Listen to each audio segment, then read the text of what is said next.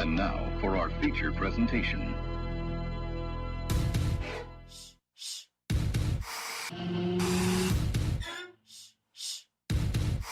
You're listening to the JB and Goldwater Show. Live, loud, and online.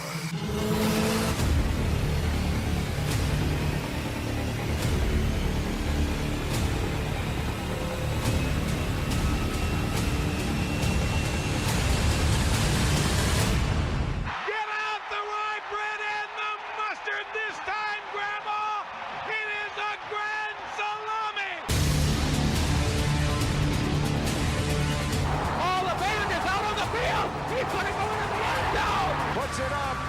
Yes! There goes Davis. Oh my God! Davis is going running all the way back. Auburn's going to win the football game. American football. It's finally the one. American football has won the Triple Crown. And Bonds hit way high. It's a deep. It is out of here. High fly ball into right field. She is gone. Unbelievable! A home run for Gibson, and the Tigers have won the game 5-4. I don't believe what I just saw. Here are your hosts, Jamie Bradford and Darren Goldwater. All right, greetings and a good Thursday afternoon, and welcome aboard the JB and Goldwater Show, live, loud, and online, 12/02, July the 30th. And once again, Darren and I need another hour. Maybe one day we'll add one to this program. Welcome aboard, though. Thank you for listening on the Podbean app, and thank you for watching on Twitter, Facebook, YouTube, and on Periscope. Darren Goldwater is to my left. I am Jamie Bradford. We're here until 2 o'clock. JBandGoldwaterShow.com is where you can find us on Twitter and across all social media platforms at JB and Goldwater. Specifically, though, he is at Darren Goldwater, and I am at Sports Radio JB. Well, Darren, first of all, good afternoon. Good afternoon, man. How we doing? Good, as we monitor this newly formed tropical storm. Isaias. Yeah, that is, it looks like more than likely going to end up just passing by our coast as opposed to landing on it, but we'll still keep an eye on it, specifically over the next 24 hours. Dave Williams, Rob Fowler, Bill Walsh, all those in town do a tremendous job. I would suggest, before watching the national folks, you watch the local folks so they don't scare the bejesus out of you. They'll tell you the truth. So quick free plug for those guys here in town and the rest, Sonia and everybody else. They're really good here in Charleston. Hopefully we'll be really good today. We try to do so every day, and it needs help sometimes, and that's why we've asked for help today. From Grace Rayner at 12:10 with the Athletics, she'll join us, and we'll take a deep dive into the ACC schedule that was announced out of the blue yesterday. And we'll get her take on what Clemson's road looks like now and a couple of other questions that need to be answered. She always has the answers, and Grace is coming up here in just a few moments. Corey McCartney at 12:30. He's also hopefully got some answers for us as well. Nick Markakis, he's just going to go ahead and play now for the Atlanta Braves. So that's one of the topics we'll get to with Corey in Atlanta, Georgia. Hang tight for that. Much more in baseball to get to with him as well. And then Scott Glaze will join us at 1:30. A golf weekend is upon us. Scott always pinned into that 1:30 slot on Thursday afternoons around here. So he will jump in, the Golf Pro out at Stone Oak Ferry. But between all of that, we're going to try to dissect this schedule, who won, who lost. We're going to tell you all the details you might have maybe heard about but don't know enough about, to try to just organize this as much as we possibly can. The SEC meeting today, maybe we'll get some news on that before we get off the air at 2 o'clock. Maybe we won't. I don't know. The NBA is set to start back today, so we'll give you a little bit of a TV schedule if you're planning to head home later on and cut on some hoops and cut on some baseball and things of that nature. But, Darren, what we need to do is kind of set the stage. This is where we are now. This is what it looks like in college football with the Power 5 leagues to this point. Again, all subject to change at any point in time. But if you see this graphic that is up on our screen, it will show you that we got the news yesterday, Darren, about the 10 ACC games and the +1 And that +1 has to be played in the state of each ACC team. And it has to be a non-conference opponent, of course, because they're scheduling 10 ACC games. The SEC athletics directors, from sources who have kind of leaked information in the last 24 hours, it seems to be that they have at least tentatively approved a 10-game only SEC schedule. That is without the +1 model. Now, that does not mean that every SEC athletics director wanted that, okay? That's not what that means. There are SEC ADs out there who wanted something different. Hopefully more information on that to come. But that is pending a vote of league presidents, and they're meeting today, and we, again, could get information today, maybe tomorrow, maybe next week, who knows. But I would think this info is probably going to be a little bit sooner than later now, and we'll get to that in a minute. The reports out of the Big 12 are that they really want to play the 12-game schedule, but a final decision may be a week or two away. I don't think it'll be two. Probably within one. You would probably agree with that, right, Darren? I would, but just to be safe, the reports are saying a week or two. Yeah, we're just giving you what we know. Trying to be honest. The Big Ten, they were the first to do this. Going to start around September the 5th with 3 to 5 open dates, 10 games all in their own league. Full schedule expected sometime next week, and probably going to get a full schedule maybe tomorrow, but if not, probably next week out of the Pac-12. Also likely a 10-game league schedule. So Grace is going to be here in a few minutes, and we'll kind of get into this with her. But the question that I had was why? Why did the ACC step out front and make this announcement yesterday? By all reports, the ACC's athletics directors did not know that the conference was about to release a league-wide schedule. And that league, of course, this year does include Notre Dame. Nobody knew it was coming. They were scrambling when this was sent to them. Hey, by the way, we're releasing a schedule for all of you. Mm-hmm. Oh, okay. Darren and I, of course, will put that schedule. You might have the schedule. I tell you what, Darren will flash that schedule now up on the screen, and we'll kind of break it down today as well. But the question I have is why, and I've come up with a little bit of a theory here because I think we all thought that the ACC, along with everybody else, was pretty much waiting to see what the SEC decided to do. So I've come up with this theory, Darren, and I might be incorrect, but it is this. That +1, there's language that we just mentioned a moment ago, I think that might have something to do with this. You have to play the game in state. Right. And as you pointed out, play the game in state, not necessarily against an in-state opponent. An in-state opponent. Yeah, I had some I texted Darren yesterday something that was incorrect about that. I read that wrong. So if you've read it wrong as well, just remember you just have to play the game in state. So maybe they jumped in front of this to say, all right, we're going to give you 11 games, but we're going to make whomever you schedule come to us. Yes. We're not getting on the road here. So this is going to force the hand of the SEC and the Big 12 and any G5 program out there or FCS program, if they do schedule one of those teams, to have to go play them essentially in their ballpark. It doesn't say it has to be at their ballpark. It just says it has to be in their state. Clemson could play California at the Citadel if they wanted If to. they want, that's according to the letters that they put out there. I don't know if that's true, but that's right. That's the way I'm understanding this. I know somebody that understands this much better than us. So, and that is Grace Rayner. She is with The Athletic, and she'll join us now. Early. See, I love when they're early. I mean, you can tell that Grace has done this, maybe a time or two before. So Grace is going to hop on at GM Rayner on Twitter and make sure that you're following her. Make sure you have a subscription to The Athletic. It is just sensational. It's really a must-have right now. It is. I'm reading it multiple times a day, every day. Yeah. And I'm not just saying that. It's true. So Grace, she has kindly sat right between Darren and I on your screen, and we'll get her in here. Hey, Grace, how are you? I'm doing well. How are y'all? Well, I mean, we're making it. we're as good as the next one, right? I mean, one day at a time, yeah. I was playing with my twin 17-month-old girls yesterday, Grace. I said I'm putting the phone away for an hour. Bad move, because when I picked it up, I was 45 minutes late on everything. So, all right, let me ask you this right off the rip here. This seemed to be a surprise to all of the programs in the Atlantic Coast Conference. Why did the ACC push this schedule out yesterday without really notifying anybody they were going to do this? I think that's a really good question. I mean, I think we knew that, meetings were happening and the ADs had met and then the presidents were meeting. But, even Clemson athletic director Dan Radakovich, when he was talking to Clemson's board of trustees, had told them that everything should be squared away by around August 4th, 5th, 6th, kind of that area.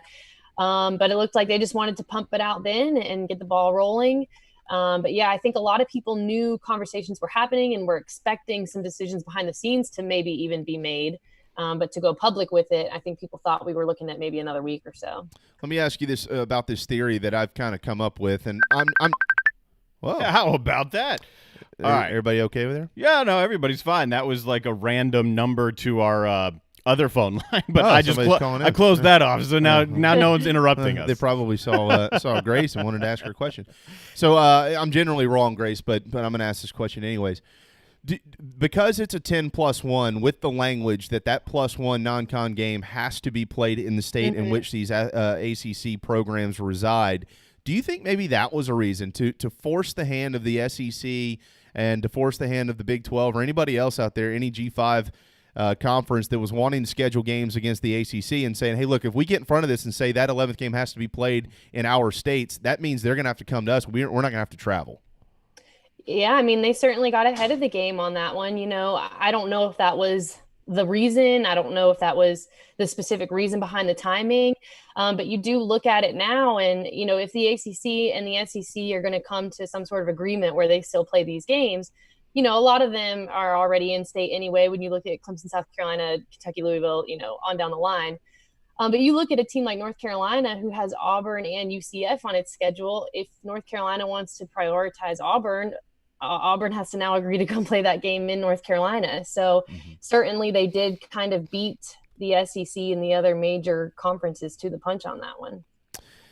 Do you think that the ACC is outside of those four that have these in-state ACC, SEC rivalries, the other 11 teams now, including Notre Dame, are they anxious at all to schedule programs from a Group of 5 conference or even a program out of the FCS because of testing guidelines and protocols that may be a little bit different from what they're going to be doing at the Power 5 level?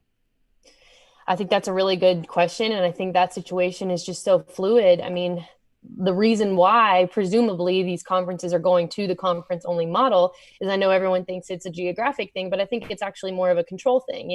Let's have one uniform body, one entity with the same protocols, the same testing, and we'll have total control, kind of act as one body. But, you do look at, you're right. You've got those four, it seems really obvious. I think Clemson will call South Carolina immediately. I'm sure Louisville will call Kentucky ASAP if they haven't already. But it does raise some questions about those other 11. And do you look at it from a testing and protocol standpoint? Do you look at it from a good game standpoint? Do you look at it from, some of these Group of 5 and FCS schools are really going to need some help from the Power 5 schools. They've been cut out. A school like Akron, a school like the Citadel, they probably don't have the money coming in from Clemson anymore if these contracts get negotiated. So it's just, I don't know. There's a lot of questions to that, but I'm curious, like you guys are, to see, all right, who do these guys go get? Grace Rayner covers the Tigers, the Clemson ones, for The Athletic up there, up in Clemson town. And let's see, the SEC and the ACC and the Big 12, we've been hearing for, 2 or 3 weeks now, that they wanted to be as much in lockstep as possible. And they were kind of forming their own little pact amongst the Power 5. But then the ACC jumps out yesterday. Was it a surprise that they're kind of now, in a way, kind of fighting for themselves and then for the group? I don't know. I mean, I would love to have kind of seen the reaction of the SEC when this came out. Yeah. I think the SEC brass, my understanding is that they're meeting today, and I don't know when their decision is coming down. But, I think when the Big Ten made their decision and then the Pac-12 followed, I think that we just kind of assumed that this would have a little bit of a domino effect. And I thought, okay, it looks like everyone's going all conference now. And then, you've got probably schools like Clemson saying, hold up, we've played South Carolina 111 years in a row. We're not trying to put it into that. So I would love to know kind of how the SEC responded to that and kind of what they thought. I don't know if they had any idea it was coming or if they were like the rest of us, kind of like, what the heck? Yeah, it kind of poses an interesting question. Like if the ACC is playing a little bit of conference college football politics here, like if the SEC, there have been reports out, and I think Ross Dillinger with Sports Illustrated had one of these reports saying that the SEC, the news he's hearing is that they're leaning towards just playing a conference-only schedule. Well, if the SEC elects to do that, then the ACC basically is going to be able to raise their hand and say, see, look, we added a non-con, but the SEC didn't want to do it. So sorry, South Carolina, Kentucky, Georgia, and Florida fans. We gave you the opportunity to play against our guys in the rivalry game, but your league chose not to do so. For sure. The ball is completely in the SEC's court on this one, and it's going to be extremely obvious if these ACC-SEC crossover games don't happen. It's going to be obvious kind of whose responsibility that was. I mean, the ACC has opened the door. Now the SEC can choose to walk through it or shut it. Yeah, so let me ask you, if they do elect to play those games, there have also been some whispers out there that those games might be played early in the year, maybe the first weekend of the season, which would be, I think, right around September the 12th, I think is the actual date on that Saturday. Have you heard those same rumors? I haven't really heard anything other than the ACC just saying basically stay tuned for the full schedule, and I don't know at this point. I think the schools at this point have their opponents. I don't know if they know when they're going and at what point in the season. But I do think that, if we look at this from the standpoint of, okay, this is their plan to try to have a season. We still don't know if this is going to be able to be pulled off, could be shut down. There's any if you look at it from that standpoint, I think that there's a little bit of incentive to say, okay, let's get these really good games in first, Let's get Clemson Notre Dame up early. Let's get Clemson South Carolina in early. That's just me, Grace Rayner, talking, but these are all conversations they'll have to have down the line. Yeah, but you have a very valuable voice. It's not just Grace Rayner talking. It's the Grace Rayner. It's the like the Ohio State University is the Grace Rayner. So, gosh. Well, I'm sorry. I didn't mean to compare you to Ohio State. I apologize. But I expect that in the next byline. Yeah, not the Athletic, the Grace Rayner. So, in saying some of these big games, how about Clemson's schedule now compared to what they were scheduled to play originally? Yeah, I think Clemson's path to a national title just got a lot more complicated. And that's kind of what I wrote today is that, every fall we hear this, kind of spiel from Dabo Swinney trying to defend an ACC conference that is clearly just so far behind Clemson. And I get it. This is his way of defending his program, but he hasn't really convinced anyone that the ACC is competitive. Now, Notre Dame's part of the ACC. They get to play for a title. I think if you're Clemson and you already play them once in the regular season and then you see them again in the ACC championship game, like I think most people, think we will be seeing, there's no question about your playoff resume at that point. You beat Notre Dame twice. You 100% deserve to be in. Have you gotten any reaction from folks in like Chapel Hill and Coral Gables and Blacksburg? I mean, those are the three programs in the ACC Coastal who I think were real challengers to win that division and have a shot against Clemson because they were not on the original schedule in the ACC championship game. And now all of a sudden you plug Notre Dame into this. What are folks at North Carolina? What's Mac Brown think about this? I don't know what he's thinking, but I mean, I think that if you're a team in the Coastal that really has a chance, this model just made it a little bit more difficult. I mean, North Carolina now has to go through Notre Dame. So, sorry, our doorbell just rang. Do you need to get that? You can get that if it's pizza. No. Yeah. But, the Coastal has been wide open, just waiting for someone to claim it. And I think North Carolina and Miami this year both felt really good about, all right, let's establish ourselves. And especially if you're North Carolina, let's get a rematch with Clemson in Charlotte after that 1-point loss a season ago. But now, I think that it has made it more tricky for the Coastal teams when it's, okay, division's out the window because the Coastal is just so much weaker than the Atlantic. Grace Rayner with the Athletic, 12:19 on a Thursday afternoon. All right, so how about Notre Dame? I mean, I was looking at some financial statistics with them this morning, and they're scheduled to probably make more money this year now by kind of joining forces with the ACC, and I think they're still going to keep their NBC deal. So, but all that money is going to go into one pot, from what I'm understanding. Yeah, they'll revenue share like the rest of the league. The revenue so the ACC's revenue, Notre Dame's revenue will go into one pot, and then they'll revenue share everything. All right, so Correct. So do you have a hunch of whether this is at least playing out some type of conversation in South Bend and looking at the financials now maybe and saying, hey, look, maybe we should consider joining the ACC full-time as a football member at some point in time in the future because there is more money to be made? I think a lot of people would love for them to have that conversation. I mean, I think that, if you cast aside the problems that people have with Notre Dame in terms of being able to compete for the playoff without having to play in a conference title, and you just look at it from like a sheer financial and entertainment standpoint, I think you'd be hard pressed to find anyone that doesn't want Notre Dame to join a conference. And I think especially joining the ACC, it just makes sense. Take your 6 games and just make them 10 or whatever the normal number is that, when we're not in a pandemic. Yeah. But yeah, I mean, I think that it's good all around for the ACC this year. It's good for Notre Dame. They get a schedule. The ACC gets in on some of this major revenue. So I'm interested to see if this is just a one-time thing or if this is a lot of people I think are speculating, Notre Dame thinks this is just a trial run, but who knows? Maybe it could be something that opens the door to having more serious conversations. I think a lot of people, like you just said, are looking at this saying there's no way that Notre Dame joins the ACC as a full-time member. If you've talked to some of the folks covering Clemson or covering Notre Dame on the beat, is there any indication from any of them that it's even possible? I mean, Notre Dame has, I think they have a great setup right now. You get to compete for the playoff without having to play for a conference title. You get all this TV money. You get to pick your own schedule.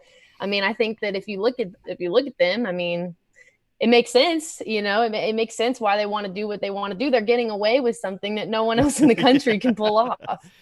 Yeah, boy, that's the understatement of the decade. I mean, maybe there's a way to. And there wouldn't be a way because ABC and Disney would have nothing to do with it because they have contracts with the ACC. All I was going to say is maybe there's a way to actually do this and bring NBC and that TV contract in as a part of the deal, but Disney would say no chance. And we own you, and this is what you're going to do. All right, as far as the football team goes, Grace, I really can't wait to actually talk to you about position battles and stuff like that, but we're not there quite yet. Scheduled still to start practice on time. I think it's the end of next week, and any update on COVID numbers, last I heard, it was zilch. Yeah, that's the most recent update we got was Dan Radakovich spoke to the Board of Trustees on Friday. Obviously, Clemson made national headlines when they had 37 test positive in June. But yeah, Dan Radakovich told the board on Friday that number is 0 active cases among players, staff, in all the sports, which is obviously really good news for Clemson. I think now the task is, all right, how do we keep it that way? How do we keep the bubble safe as we start to, go through walkthroughs and start to have practice, which, as you mentioned, begins next Wednesday. Grace, I know you got a busy day with interviews lined up with all this ACC and Clemson stuff. I do want to throw basketball at you, though. Because you have an article out there today about the Brownell and his staff. What is it? They watched 1,700 field goals from the team during this COVID thing. What did they learn?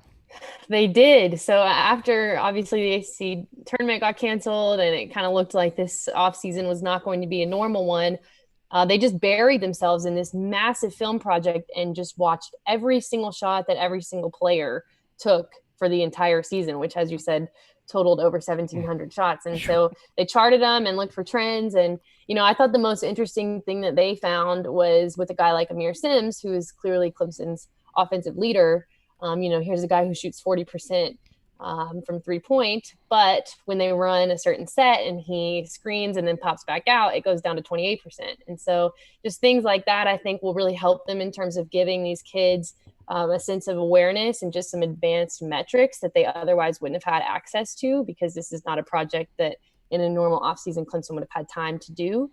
And so Clemson kind of feels like it's a win-win. Now these kids know these things, and Clemson feels like the kids are going to be really receptive to the fact that, hey, we spent all these hours looking at these trends in y'all's game, and they're hoping that the players appreciate that and really run with it.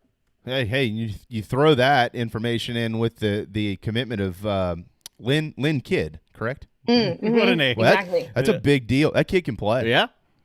I mean, Yeah, I think it's a really good time, a really promising time right now for the basketball team at Clemson. I know we don't talk about them a ton just because football is so prominent, but I think this is as good of a recruiting class as Brad Brownell has had in 10 years at Clemson, and I think he's got some momentum going. Wow. Yeah, that's great. That's great. He's obviously been under scrutiny for quite some time with Clemson fans, but maybe this will pay off. And the non-moves made by Dan Radakovich and seeing things through with Coach Brownell there. All right, great. Real quick, I want to clarify one thing. I jotted a note down here. If the SEC, back to football, sorry. If the SEC says, "Hey, look, we're just doing 10 games in conference, that's it," could the ACC actually come back and say, "Okay, we're going to eliminate our non-conference game," or do you think they move forward with that? That's a good question. I don't know. I've wondered that too. Like, is it? I think the natural assumption is that they put that provision in there for specifically those 4 teams in those games. I don't know. I'll look into that though, because I think that's a good question in terms of like, does Clemson then go try to get their game back with the Citadel or Akron, or do they just say, okay, scrap it, we're playing 10? I mean, I don't know. I think if with Dabo and Clemson, I would think that, the South Carolina rivalry is something that they love so much and appreciate so much, but I am curious if they would want to play another game, risk injury, have to, bring everyone out there again with COVID and all that stuff, if it's not a game that's extremely important to them, Yeah, absolutely. Governor yesterday said 50% capacity at athletics events in this state, must wear face masks. Any news on when there might be an update from Clemson as to what they're going to try to do with fans?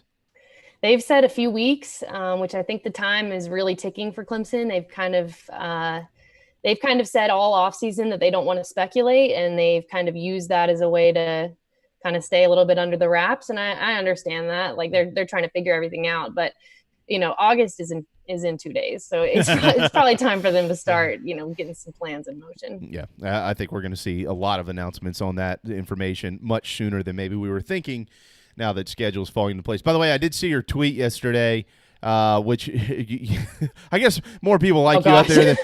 I think there's more people that like you than like me, because if I tweeted something out there that said, "Okay, Clemson fans, tell me how you feel," I would not want to read the responses. I haven't read all of them yet. Have you read them? What's the consensus? No, I haven't. I just saw it, and when I saw that, I actually just pulled it up again. When I saw that, I forgot to go back and actually read the responses. Thinking, oh well, good luck. But do you read them all? Do you go through all the responses? Do I? Yeah.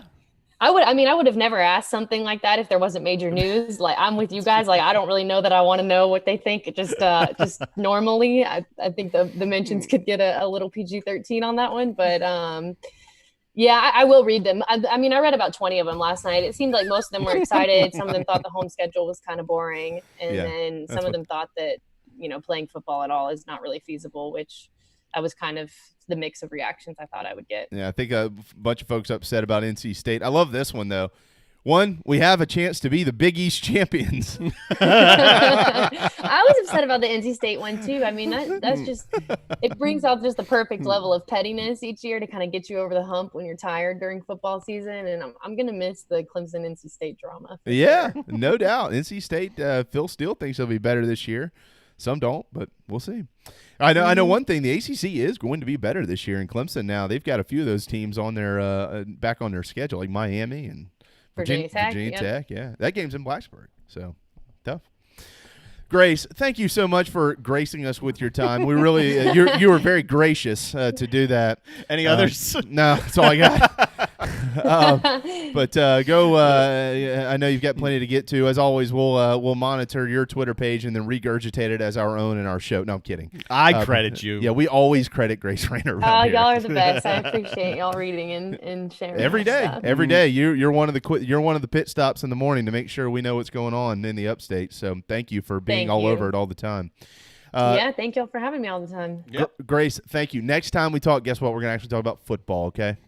I'm into that. I know. Yes, sir. I know you are. Have a great day, Grace. Thank you. Thank you. Y'all too. Have a good one. Grace Rayner, one of the absolute best out there in covering college athletics. Clemson, lucky to have her as part of the Athletic. Follow on Twitter at GM Rayner, Grace Rayner. All right, it is 12:30 and time for a timeout. Haven't slowed down, not going to. Corey McCartney, he's up next. We've got plenty on the Braves and Nick Markakis and We've got plenty on the Marlins and plenty on the rest of baseball. Also, by the way, Corey McCartney, if you didn't know, he's a Heisman voter. So how is all this playing into his mind as to what to look for this year when submitting his vote? Good question. It is. We'll ask Corey in Atlanta next. DB's Cheesesteaks, the tastiest, juiciest, and now award-winning cheesesteaks in the Low Country. DB's Cheesesteaks delivers, and not just in quality. Download DoorDash, Uber Eats, or your delivery app of choice and have it dropped off at your doorstep. Original chicken, buffalo chicken, even pizza cheesesteaks, not to mention incredible cheeseburgers, massive hot dogs, and dynamite hoagies. It's all there for you and your family. DB's Cheesesteaks in West Ashley. dbscheesesteaks.com. At Patriots Point Naval and Maritime Museum, families walk in the footsteps of our nation's heroes, the brave ones who risked their lives to defend our way of life. Home to the aircraft carrier USS Yorktown, USS Laffey, and the USS Clamagore, there's more than 1 million square feet of exhibit space to roam. White Glove certified, we have several new health safety measures in place to enhance the visitor experience. Come for the day and leave feeling inspired. One of the most impressive museums in the country, located right here in Mount Pleasant. Visit patriotspoint.org for more. We'll see you soon. This is Scott Glaze, head golf professional at the Links at Stono Ferry, located on the outskirts of Charleston, South Carolina. I'm inviting you to tee it up on one of the most scenic and challenging courses in the Low Country. Our back nine is highlighted with 3 holes that border the Intercoastal Waterway. Visit stonoferrygolf.com to book tee times and discover all that Stono Ferry has to offer. The Links at Stono Ferry is a former South Carolina Golf Course of the Year and is also home to the College of Charleston men's and women's golf teams. Come see us. We would love to have you. stonoferrygolf.com. This is former Gamecock quarterback Perry Orth, and you're listening to my friends JB and Goldwater. Okay, 12:31. Welcome back to the JB and Goldwater Show, live, loud, online. Podbean app is where you listen, and you can watch YouTube, Facebook, Twitter, Periscope, and if you're watching, you get to see the beautiful face of Corey McCartney live in Atlanta, Georgia, as he joins us now and moving forward on Thursday afternoons on our program. Corey, what's up, brother? How you guys doing? Hey, man. We're good. We're starting to get some schedules and stuff in football, kind of, so that's nice. Yeah, but it's baseball right now, man. Oh, we yeah. we've been waiting. We waited months for this. And Yeah, now but you guys are talking about college football. Let it breathe. Yeah, but I'm a big Marlins fan. My season's on pause. Yeah. Hey, before we get to baseball and Markakis and all these other things that happen to be coming out of nowhere, let me ask you a question as a Heisman Trophy voter. So if you have, let's say the ACC is going to stick with this 11-game schedule, could maybe change if the SEC does something different, which they might, and play only 10 games in their league. But let's just say, you got all these Power 5 leagues out here who might have different scheduling philosophies, only playing in their conference and things like that. How does that affect you as a Heisman Trophy voter as you watch throughout the season and try to figure out where to submit your votes at the end of it? I mean, I think it's going to weigh heavily, right? I mean, certainly, you think about the case of Trevor Lawrence, right? And Trevor Lawrence going against Wake Forest's defense is going to be very different than, Justin Fields going against a Michigan defense. I mean, there's going to be different variables at play in a schedule. And I think we're going to be looking at guys through different prisms. And, obviously we had that in a lot of ways. And we would get those tentpole games. We'd get that, those big, down here in Atlanta, the big Chick-fil-A kickoff game. And we'd have those abilities to kind of weigh teams. But, I think it's going to be extremely difficult. I've said this before. The Heisman Trophy Trust president, Bill Hancock, has told me that they have no interest in waiting for the vote until after the bowl games. But since we include stats in the bowl season, into the duration of the season, I think this may be the year we've already turned everything else on its head. This may be the year to wait until after the bowl games are over with before we award the Heisman. I love that idea. Yeah, I did too. How do you traditionally look at the strength of schedule that teams play against? Like if you've got, you just mentioned Justin Fields. Like at the end of the year, if it's him and Trevor Lawrence and whomever else in a group of 3 or 4 that you're considering voting for the Heisman Trophy, how much consideration do you give their complete strength of schedule in a normal year?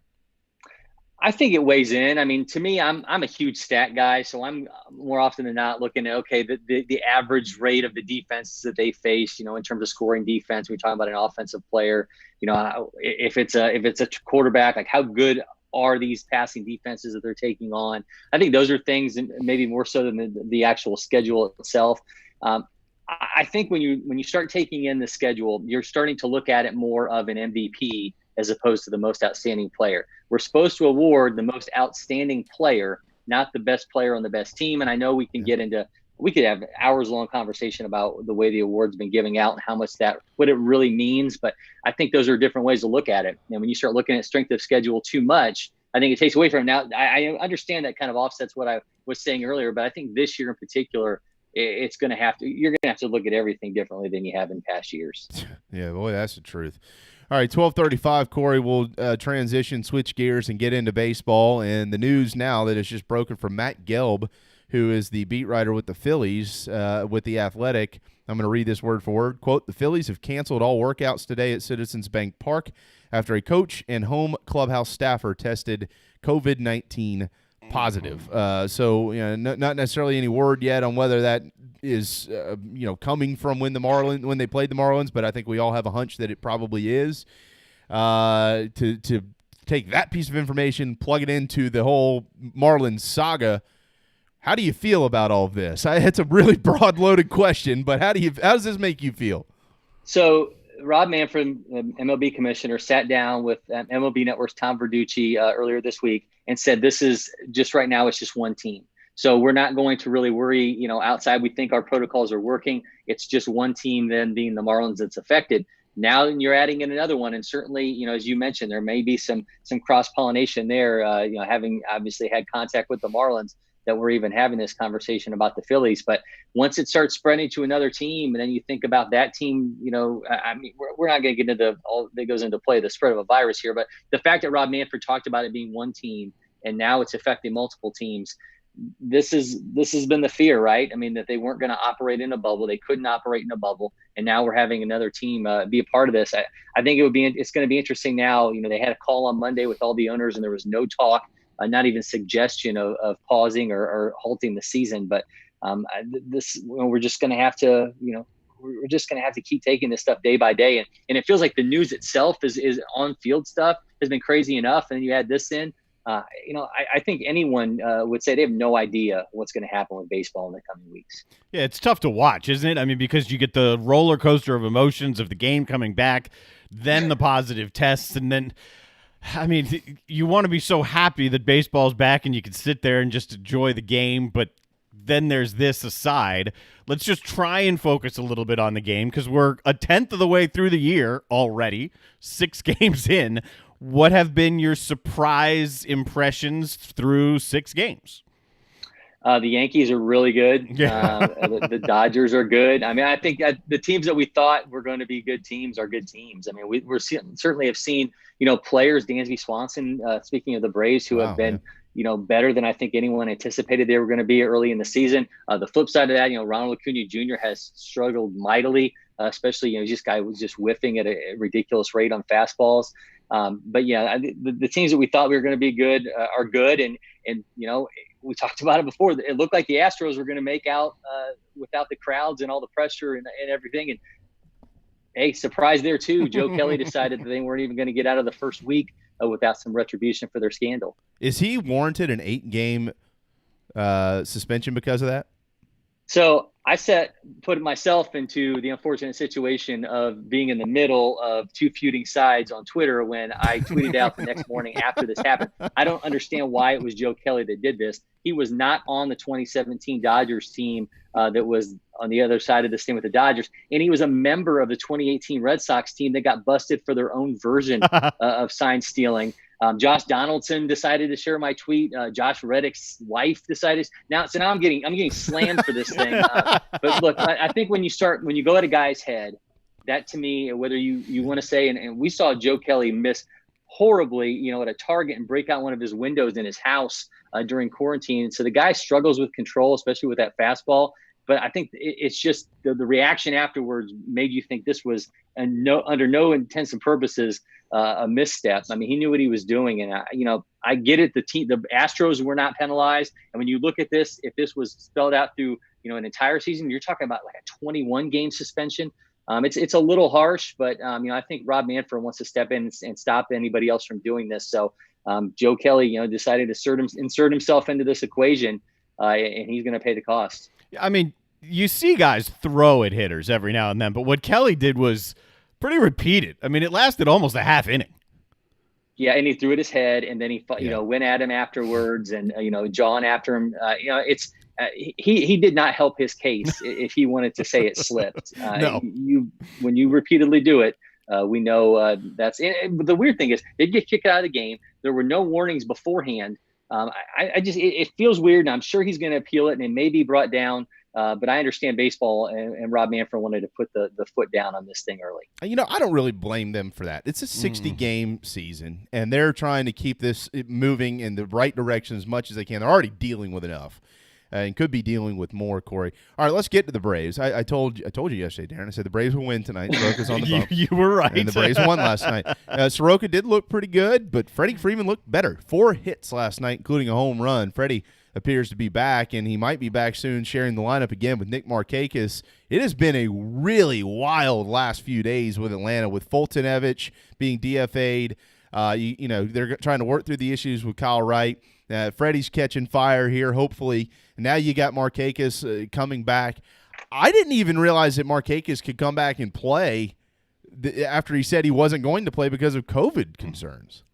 Yeah, I'm getting this. I mean, I'll tell you, this thing has plot twists, character turns, exits, all this nonsense. I'm kind of waiting for Brian Snitker to come out with an evil twin here that has a mustache on, because this thing feels like a soap opera from what we've seen these last few days. And obviously, Nick Markakis coming back. We were told around July 15th, Jason Stark from The Athletic tweeted out, when a player says that they're out, and then that's the end of it. And then he comes back yesterday, and I brought back up that tweet, and Stark replied to me and said, now they're able. There's an August 1st deadline now, and we just heard about this today. So Bob Nightingale from USA Today went on and said that Markakis had to apply through the commissioner's office. It's going to be case by case, but honestly, this feels like baseball is making its rules up as we go along. And he wasn't in a high risk case. He talked to Freddie Freeman, kind of freaked out. He admitted yesterday when he talked to us that he kind of thought about his decision. It was the wrong decision. He just couldn't stomach watching these guys play while he was sitting at home healthy. I don't understand, why we set these parameters up that you can't come back, and now we're just going to change things on the fly. But, we're even talking about having multiple 7-inning doubleheaders in a day too. So, baseball is literally moving at a day-by-day pace and making up the rules as we go along. But the Braves get a leader back. They get a guy who doesn't strike out a lot. Obviously, he was the only guy, an everyday player last year, who wasn't above 100 strikeouts. And this Braves team has struck out more times in 6 games than any Braves team in history. So they certainly need some resemblance of plate discipline for sure in that lineup. Boy, that's the truth. You mentioned the struggles of Acuna. I'm not overly concerned about that. I mean, you look up Milwaukee. I mean, Christian Yelich, he can't sniff it right now. I mean, it's just an awkward year, I think. And I did say before the season, hey, Acuna's going to be the MVP. Well, you might want to get rolling here. But I don't think his issues linger. How Ronald, once he catches fire, he'll be fine. So he's whiffing on 53.3% of the 82 fastballs he's been thrown this season. Those are obviously, that's where he does his damage. You don't throw Acuna a fastball early in a count. He's not getting a lot of pitches outside the zone. Guys are just challenging him.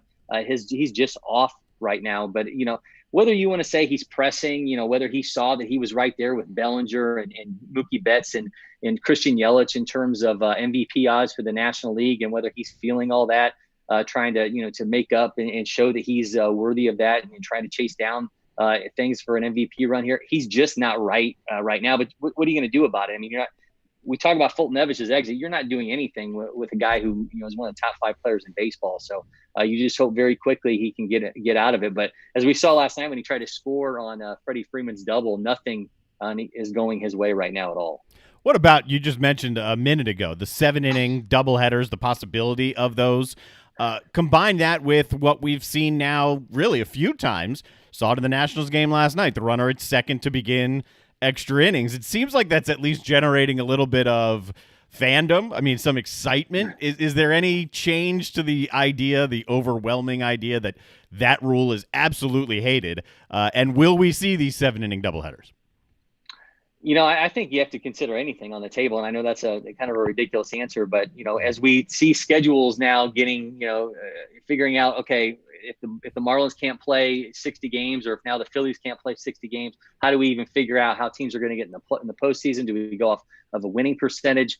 I think you have to consider basically anything and everything on the table when you try to think about making up as many games as possible. So if they're going to cram 14 innings into one day instead of playing 9 or potentially, more in extra innings, I think they're going to try to do it. So, the whole point of this thing, and we talked about this before, is let's just get to the postseason. However we get to the postseason, we get there with an expanded set of teams now, and just see where the chips fall. So I think you're going to see baseball continue to make tweaks as they just try to get to that point. But if more comes out like we saw today with the Phillies, who knows what's going to happen?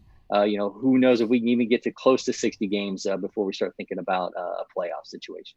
I think a lot of us, Corey, have kind of agreed that at some point in time they're going to announce that the designated hitter in the National League will be a permanent move. But what about starting a runner on second in extra innings? There seem to be some folks who are liking this now. Yeah, I mean, we've not seen games really go all that deep, and we've seen 12 innings so far, right? I mean, we saw a 12-inning game, last night, the Astros and the Dodgers. So, I think the fact that we're not seeing as many games go deep, and certainly a weekend is not a gigantic sample size, but I think it's showing itself to work in certain circumstances so far in a small taste of it. So I think it's really going to be about whether the players want it. I mean, whether or not we want it, whether or not, a TV broadcaster who's trying to fit something into a window wants it. If the players want it, and I think they're going to want a designated hitter, and, the league's probably going to want quicker games. So it's probably all going to be bargaining chips when they get to the table for that 2021 CBA discussion. Wow. So, I mean, if you put it that way, like the players are going to want the DH, and we know that, and maybe the owners do want quicker games, and are these bargaining chips, that feels to me, if that shakes out that way, we could have this runner at second in extra innings soon and permanently.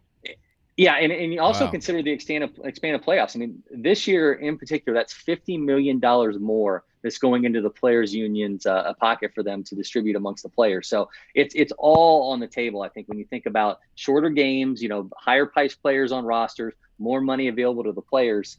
I think we're just getting a taste of what baseball is going to look like in years to come here in 2020. Wow. If you would ever, well, if that ever came into play, because there have always been talks about potentially trying to shorten the regular season, I would think that would wipe that out, in my opinion.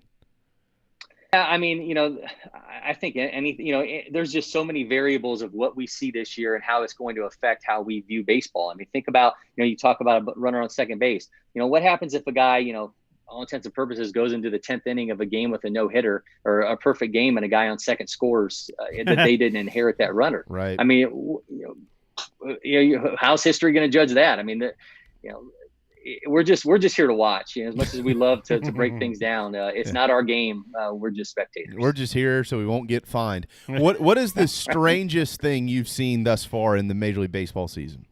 Oh, it's the Joe Kelly thing. I mean, okay. it's by far. I mean, obviously, the fans, the fake fans has been strange. The Fox putting like literally digital fans look like they were pulled from a video game has been weird. But just, how many times do you see a guy, sticking his bottom lip out and jawing at somebody after they've thrown a pitch at him? I mean, I think, that to me was just that was an all-time kind of moment. And I think it's going to be what a lot of people point to in the early seasons of 21. And that may be the best moment of 20 when we look back in this whole thing.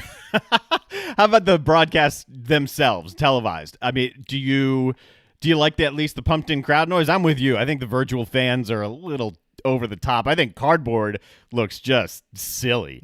But the audio itself, the audio's been good. I like it. It makes it seem a little bit more normal. You can have the game on, do something around the house, still be watching, and still have that feel to it. What's your take? Yeah, I mean, a little inside baseball stuff here. I mean, a lot of the broadcasts you're seeing of this day in baseball kind of stuff leading into everything. A lot of the broadcasts can't get the additional content that they're so used to getting, so they're trying to fill stuff no matter how they can. So they're not getting sound blurbs to get pregame, extra stuff. They're not getting features. So you're seeing, I think, everything a little bit pared down. Here in Atlanta, obviously, my former employer, Fox Sports South, they're trying to utilize the stadium while the game's going on. I think it all feels a little bit forced. I think we're trying to push up too much stuff around the games now instead of letting the games tell their story, especially in a season that's unlike anything else. We're trying to add too much normalcy to it. But again, I've said this before, there are times when you forget that you're watching a game that's not like we're accustomed to. And I think at least that speaks to what the players are going through. We've heard it from likes of Mike Soroka and others that once they've gotten into the game, the flow of the game, they kind of forget about all the other stuff, the crowd noise, the fake fans. They just get into the rhythm and the adrenaline of the game. So, at least the on-field product itself isn't being hampered at all by any of this. Corey McCartney in Atlanta, Georgia. A couple minutes, we'll let you run. Braves set to play the Rays tonight. Over in Atlanta at 7:10. Max Fried, he'll be on the bump against Ryan Yarborough for Tampa. So let me, with being DFA'd as Fulte is, the understanding I have with this is they're either going to trade him or he's going to go to Gwinnett. They're not just going to release him, right? Correct. I mean, they're going to try to see if they can get something in return for him. They have 5 days in order to to put him out there and see if a team picks him up, come into an agreement, or send him to Gwinnett. We've seen what Fulte's capable of. I mean, someone's going to be coming in. I mean, if you're looking at the waiver wire order, it's the Marlins, unfortunately, that would be the team first in line to get him because they have to go through the National League first. But it's highly unlikely that he winds up in Gwinnett. And it's unfortunate. I mean, look, this is a guy, I've known him since he arrived in Atlanta. He's always been extremely gracious with his time.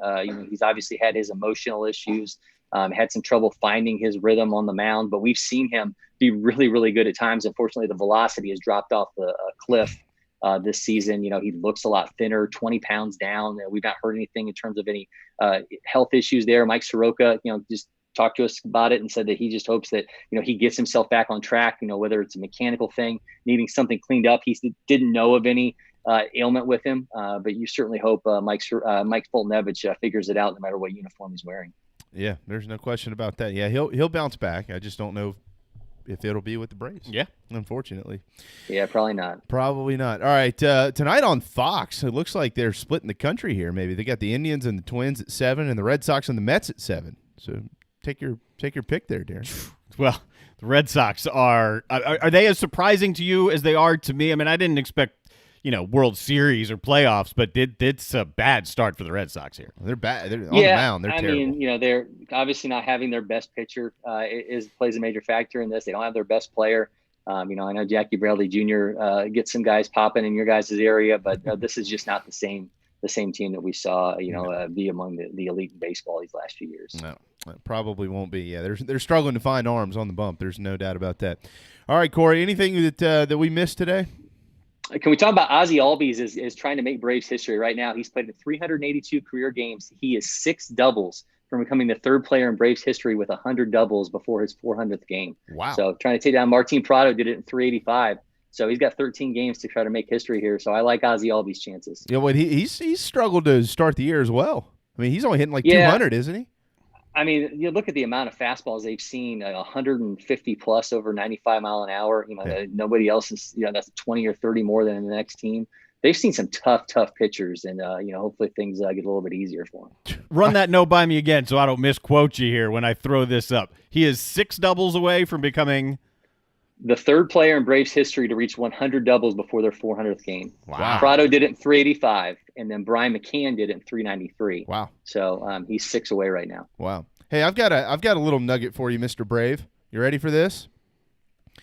In 1997, there was a guy named Greg Maddux pitching in Atlanta. You probably remember him. Not bad. He's pretty good up there, actually. He faced over 800 hitters in 1997. Do you know how many of those 800 hitters he went to 3-0 counts on? Wow. I'm going to say, because it's Maddux, I'm going to say some crazy number like 87. 5. 5? That's insane. 5. Wow. 5. 790. That was peak Maddux. That was peak Maddux. I mean, when we'll have to save this conversation for another day, but whether you pull for the Braves or not, and I feel like sometimes here in 2020, or at least this new generation of folks, some people, because the fastball is so prevalent in the game now. If you don't throw 95, it's like you can't pitch in the big leagues anymore. But people forget how good Maddux was. I mean, this guy, he was the best I've ever seen. I mean, people always reference Pedro and guys like that, and they should, no doubt. Pedro might have had the best stuff I ever saw top to bottom, but Greg Maddux, I think, was the best pitcher ever in my lifetime. Yeah, he was unbelievable. He set the standard, right? I mean, now we're trying to find the next one. And again, you said everybody loves the fastball. That's a new version of the long ball. Chicks dig the long ball. Yeah. Guys like Maddox just never get any love. And Maddox used like a 16-inch Rawlings when he pitched. I mean, Yeah. It's the biggest glove I ever. No wonder he won like 38 Gold Glove awards.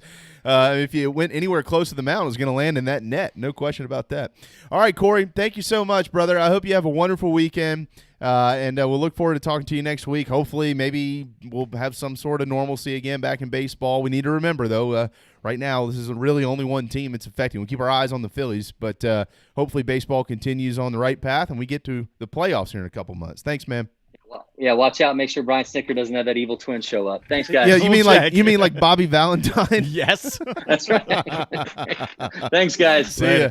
Yeah, Brian Snicker and Brian Valentine. Brian Valentine. Both members or managers of the Atlanta Braves. That was a pretty classic baseball moment with Bobby Valentine did that. It's one of the greatest things in the history of the sport. I mean, I remember when I cut on sport. I didn't know anything about it, and I cut on Sports Center that night, and that's what they were led off with. And I thought, you got to be kidding me, right? I tell you what was even crazier than that with Valentine's when the Red Sox hired him. What were they thinking? What was that, like 2013 or something? They hired him for 1 year, and you heard about a week into the season, yeah, the players just aren't really getting along with him. No. Stunning. Shocker. That's such a good track record. Wait, I mean, wow. Oh, okay. All right, couple quick updates from football here. Plenty of football to get to, and golf coming up in hour 2 when Scott Glaze joins us. But Brett McMurphy has reported that Georgia Tech and Notre Dame, that game has been moved on campus at Bobby Dodd Stadium in Atlanta, Georgia. They were scheduled to play at the Mercedes-Benz Stadium, of course, the home of the Falcons, and like every preseason game in the world now in college football. But that won't happen. So probably a smart decision there by Georgia Tech. So they're going to move about, 4 blocks that way? I mean, what's the point of taking everything over to Mercedes-Benz to play the game when there aren't going to be a ton of fans there anyway? Yeah, if any. Right. It's like, may as well just play it at Georgia Tech and Bobby Dodd. It makes a lot of sense. Also, the NCAA Playing Rules Oversight Panel has approved rules to allow student athletes to wear patches on their uniforms for commemorative and memorial purposes, as well as to support social justice issues. So I'm actually kind of anxious to see what that looks like. I would assume that the majority of programs are going to want to do this collectively unless it's like a real important issue to the player. But They may. it's not that big of a deal. I know the conferences may say, look, if you're going to wear something, it's going to be a helmet decal, or it's going to be on this portion of your pads, or like on the jersey, but on the pads. Yeah. I mean, they may say something like that. Yeah. But I would expect to see it. I'd expect to see it pretty prevalently if that's now allowed. Well, I talked to Mike Morgan about this 30-second conversation here, and then we'll get out of here and get to break. But talked to Mike Morgan about this maybe a month ago. We were on the phone one day, and he said we were just talking about the pregame routine that broadcasters go through with ESPN and coming up with all their stories and things like that. And he said, let me just tell you, you better go ahead and get ready for this. Before every game, there are going to be meetings with our producers about what social issues to cover and not cover. And I said, well, you better make sure you do your research, because what you don't want to do is hop on TV and talk about how great this is and find out it's not that great. And he said, no kidding.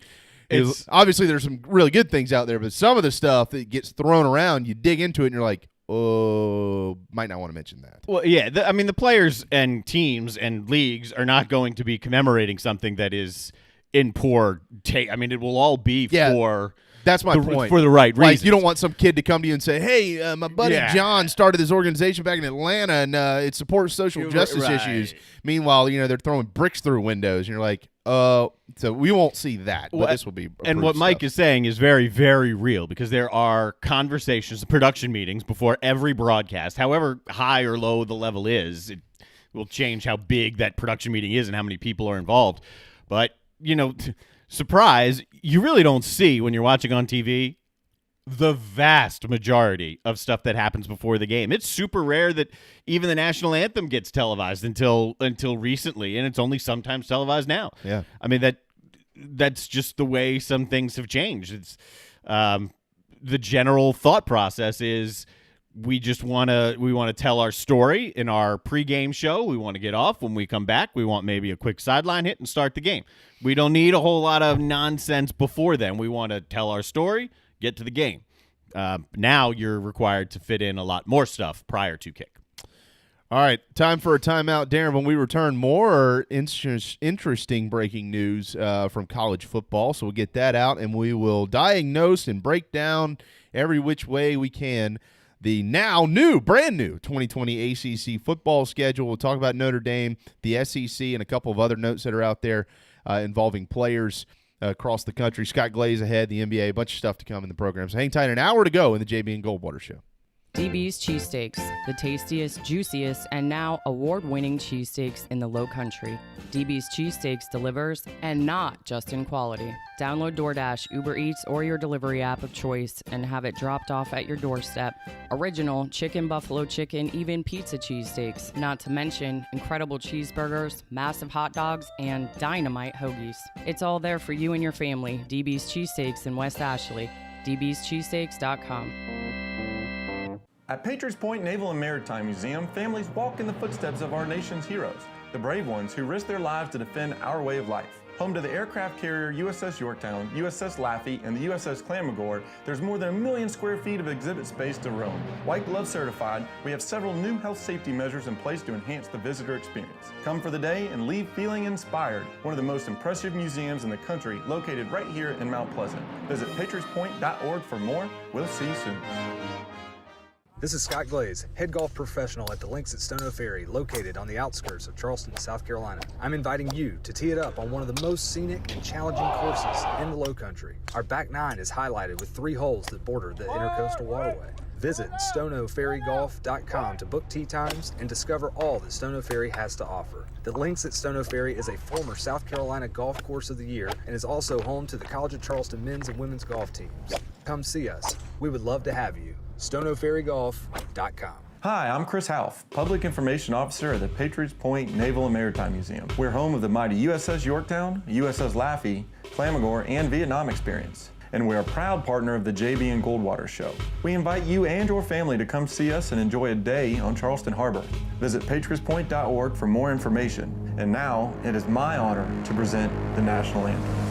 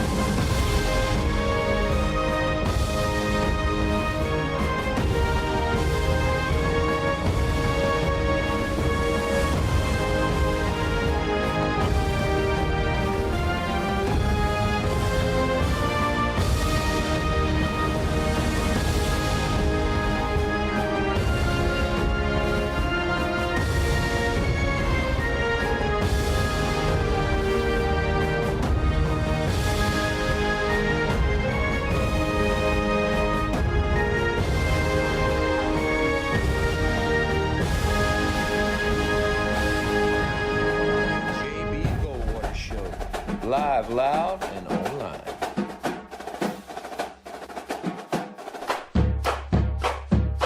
Okay, 103. Welcome back. Final hour of the JB and Goldwater Show, live, loud, online. Darren Goldwater to my left, at Darren Goldwater on social media. I am Jamie at Sports Radio JB. Collectively, we are at JB and Goldwater across all those platforms I just mentioned, and jbandgoldwatershow.com is where you can go to find more information on our program. Thanks to Patriots Point for every day presenting our national anthem right here at 1 o'clock. Thank you for watching it and for listening to it, however way you do so each day.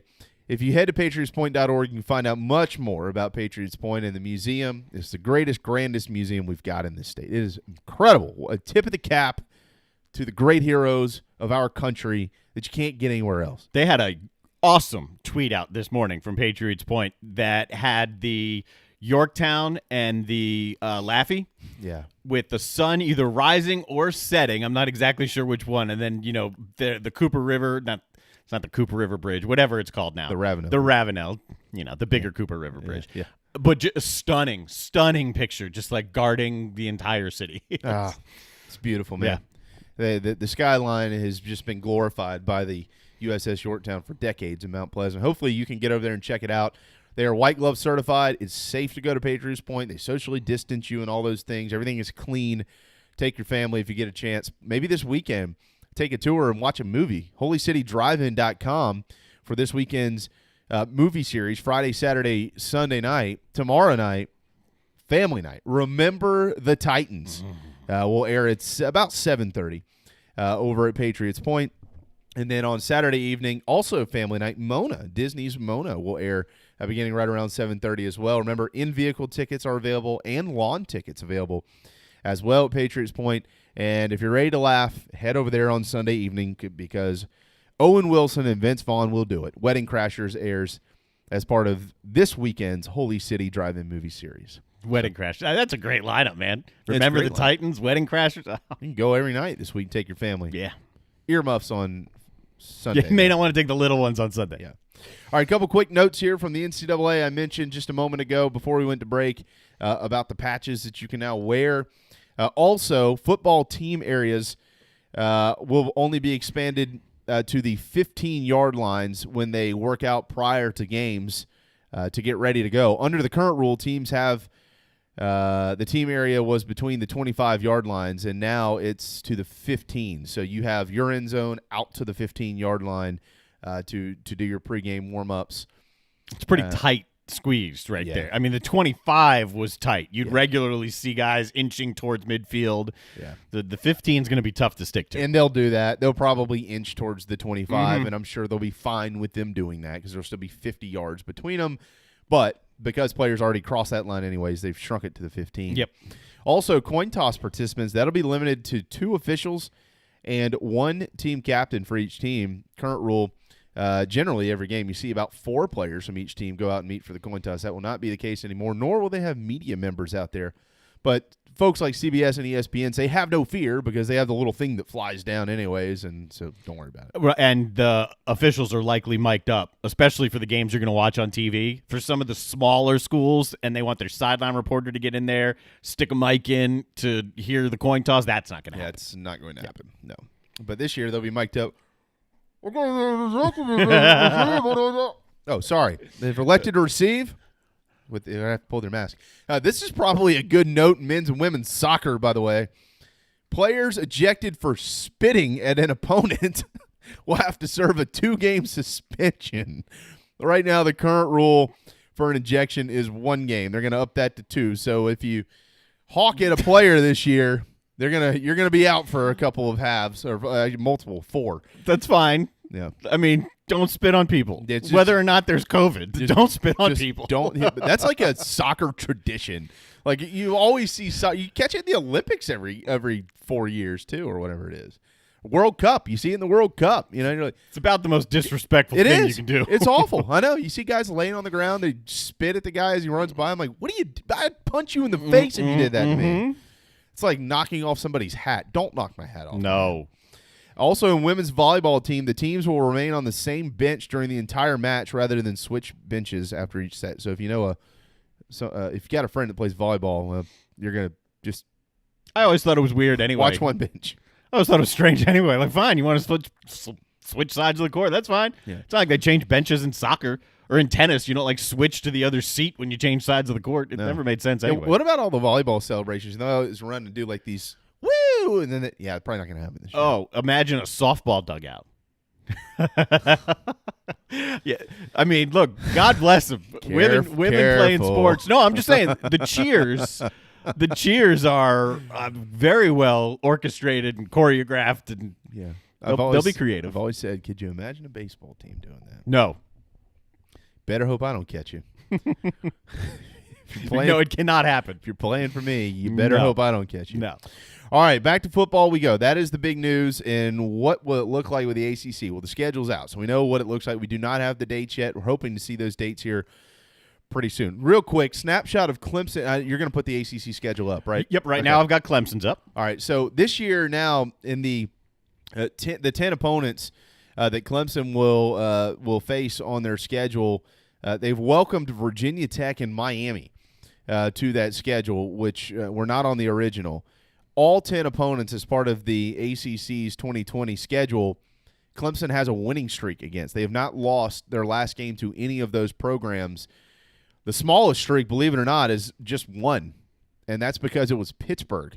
If you remember, they beat them in 2018. They thumped them, but the upset happened back in 2016. They're only 1-2 all time against Pittsburgh, 3-1 all time against Notre Dame. Those are the two slimmest records that they have of the 10 opponents on their schedule this year. The teams that they have played the most, or the one, is, of course, Georgia Tech. Long-standing rivalry between them and then Wake Forest. But anyways, to the ACC schedule we go here. And, yeah, that just starting with the Tigers, that is what certainly caught my eye quickly, Darren, because obviously that's what we were going to look for. Okay, well, who's Clemson going to have to play here? Now you welcome Miami to Death Valley, and you have to go to Blacksburg. And now you look at this schedule and you go, okay, look, I still think they're the runaway favorite, and it's runaway by far to win the ACC. However, because of the times we're in, you have to consider this. COVID concerns. If you have players who are out because of the virus, if you run into actual injuries, those things that still happen in college football. If you just happen to have a bad day, where are the roadblocks? And we knew of one, and it's still there. That game's in South Bend. We don't know when that game necessarily is going to be played yet. Maybe it's still November the 7th. I don't know.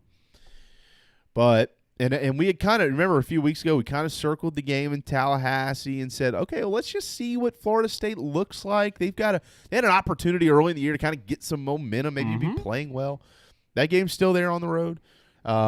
But those two that you add to this, Virginia Tech and Miami, those are, with Derek King starting now at Miami, Virginia Tech expected to be much improved, have to travel there. I'm looking at this going, okay, all right, they should be fine. But if you bring the what-ifs in, there are more opportunities for them to have a tight game than before. You know what my initial thought was? And I don't know if this is fair, and there will never be someone who comes out and admits it, even if it's true. I saw Clemson's new schedule and said to myself, somebody in the ACC wants to strengthen Clemson's schedule, and by doing so, probably strengthen the ACC schedule as a whole, because their schedule got a lot tougher.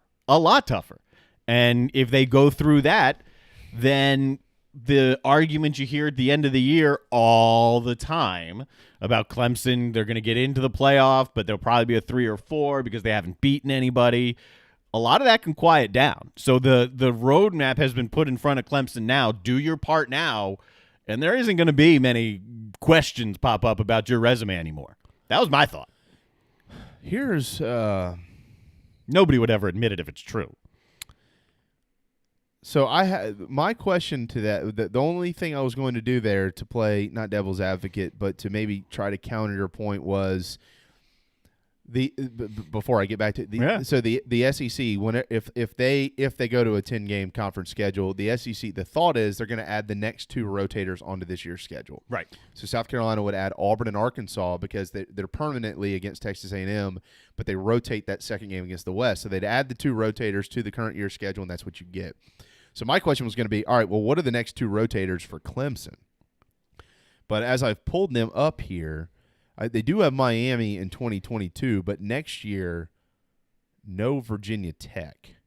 So I was going to counter your point with that, but that would be incorrect. Yeah. So I mean, there was probably some formula they used for figuring this out. I'm sure there was. Yeah, maybe. I'd like to know what it was. Yeah, or maybe they pulled the rotators from 2022 and 2023. Let me go to that. Sure, they could have. 2023.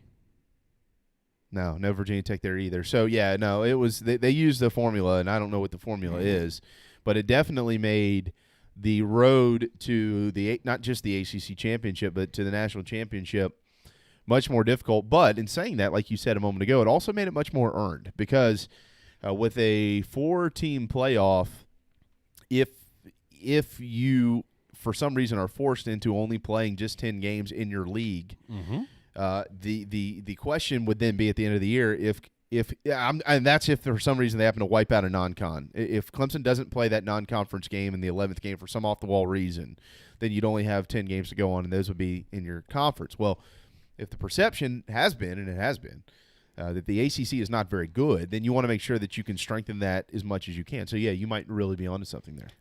And again, if that's what they did, they'll never admit to that because, no, of course, they would never admit to that. But I would like to at least ask the question of somebody, hey, how'd they figure this out? Yeah. And see what their response is. Yeah, certainly. North Carolina, and we don't have dates yet. Hopefully we'll get the dates soon so you could kind of circle what the big weekends are going to look like and then get some TV times in here. North Carolina, Notre Dame, Virginia Tech, notables at home. And on the road, Florida State, Miami, and Virginia. Let me make sure we throw that one in there as well. And Duke maybe. North Carolina, better football team this year, but their schedule is a little bit better as well. Now, look, we have to see all this play. This is the thing about it. You and I can kind of break down everything we want to break down, but we're going to get to a couple of weeks this year where there's going to be players who are out because of COVID concerns, and they're going to have to go. I mean, there might be a team without their quarterback that week because of the virus. I hope not, but that might happen. I mean, the odds are better than not that there will be star players who miss time. Yeah. Notre Dame, though, is the schedule I think that everybody was also going to be focused on as a full-fledged member of the league this year. You've got home games now against Clemson, Duke, Florida State, Louisville, and Syracuse. Clearly, the Florida State-Notre Dame game is a tradition game with a bunch of ambiance circling that. Last time they played, it was a few years ago, and I think Notre Dame beat the crap out of them. I think it was like 42-13 or something. And then they'll go on the road, will the Irish, to Boston College, Georgia Tech, North Carolina, Pittsburgh, and Wake Forest. So not at all a daunting road schedule at all. North Carolina. That's it. That's the toughest. Yeah. Oh, by far. Yeah. No, when it comes to comparing those teams, no question. A tradition-rich game Notre Dame and Georgia Tech used to play. If you've ever watched Rudy, it kind of gives you a hint of what it kind of looked like there. So that'll be a neat game. Again, the note on that game, as we mentioned a while ago, it's been moved to Bobby Dodd from Atlanta.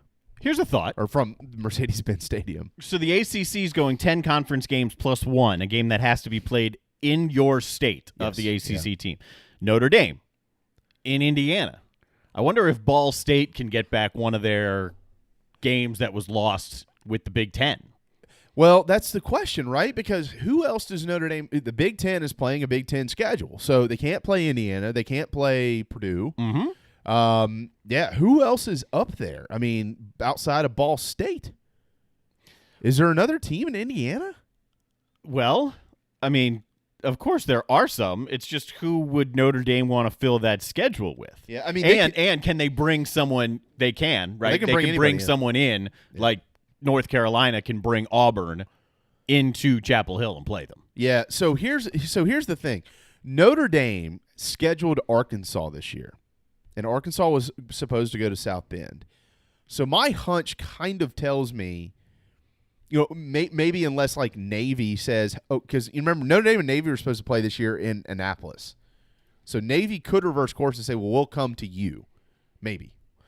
But Notre Dame also might be waiting to see what the SEC decides with the SEC. Because if the SEC goes some route that doesn't allow you to leave the state or something like that, then obviously Arkansas, they're not going to be able to do that. They're going to have to find a game to fill their schedule. But if they can go to a +1, if the SEC allows you +1 and allows you to travel, Arkansas could still go to South Bend, and that would be Notre Dame's complete schedule if they keep them on it. Because they're on the original schedule. Yeah, it would make sense. So that's very interesting. Very interesting. I just out of curiosity here as well. So you've got the 10 game. Notre Dame's going to have 5 home games. Generally, NBC, I think, is slated to broadcast, I think 6 is the minimum every year.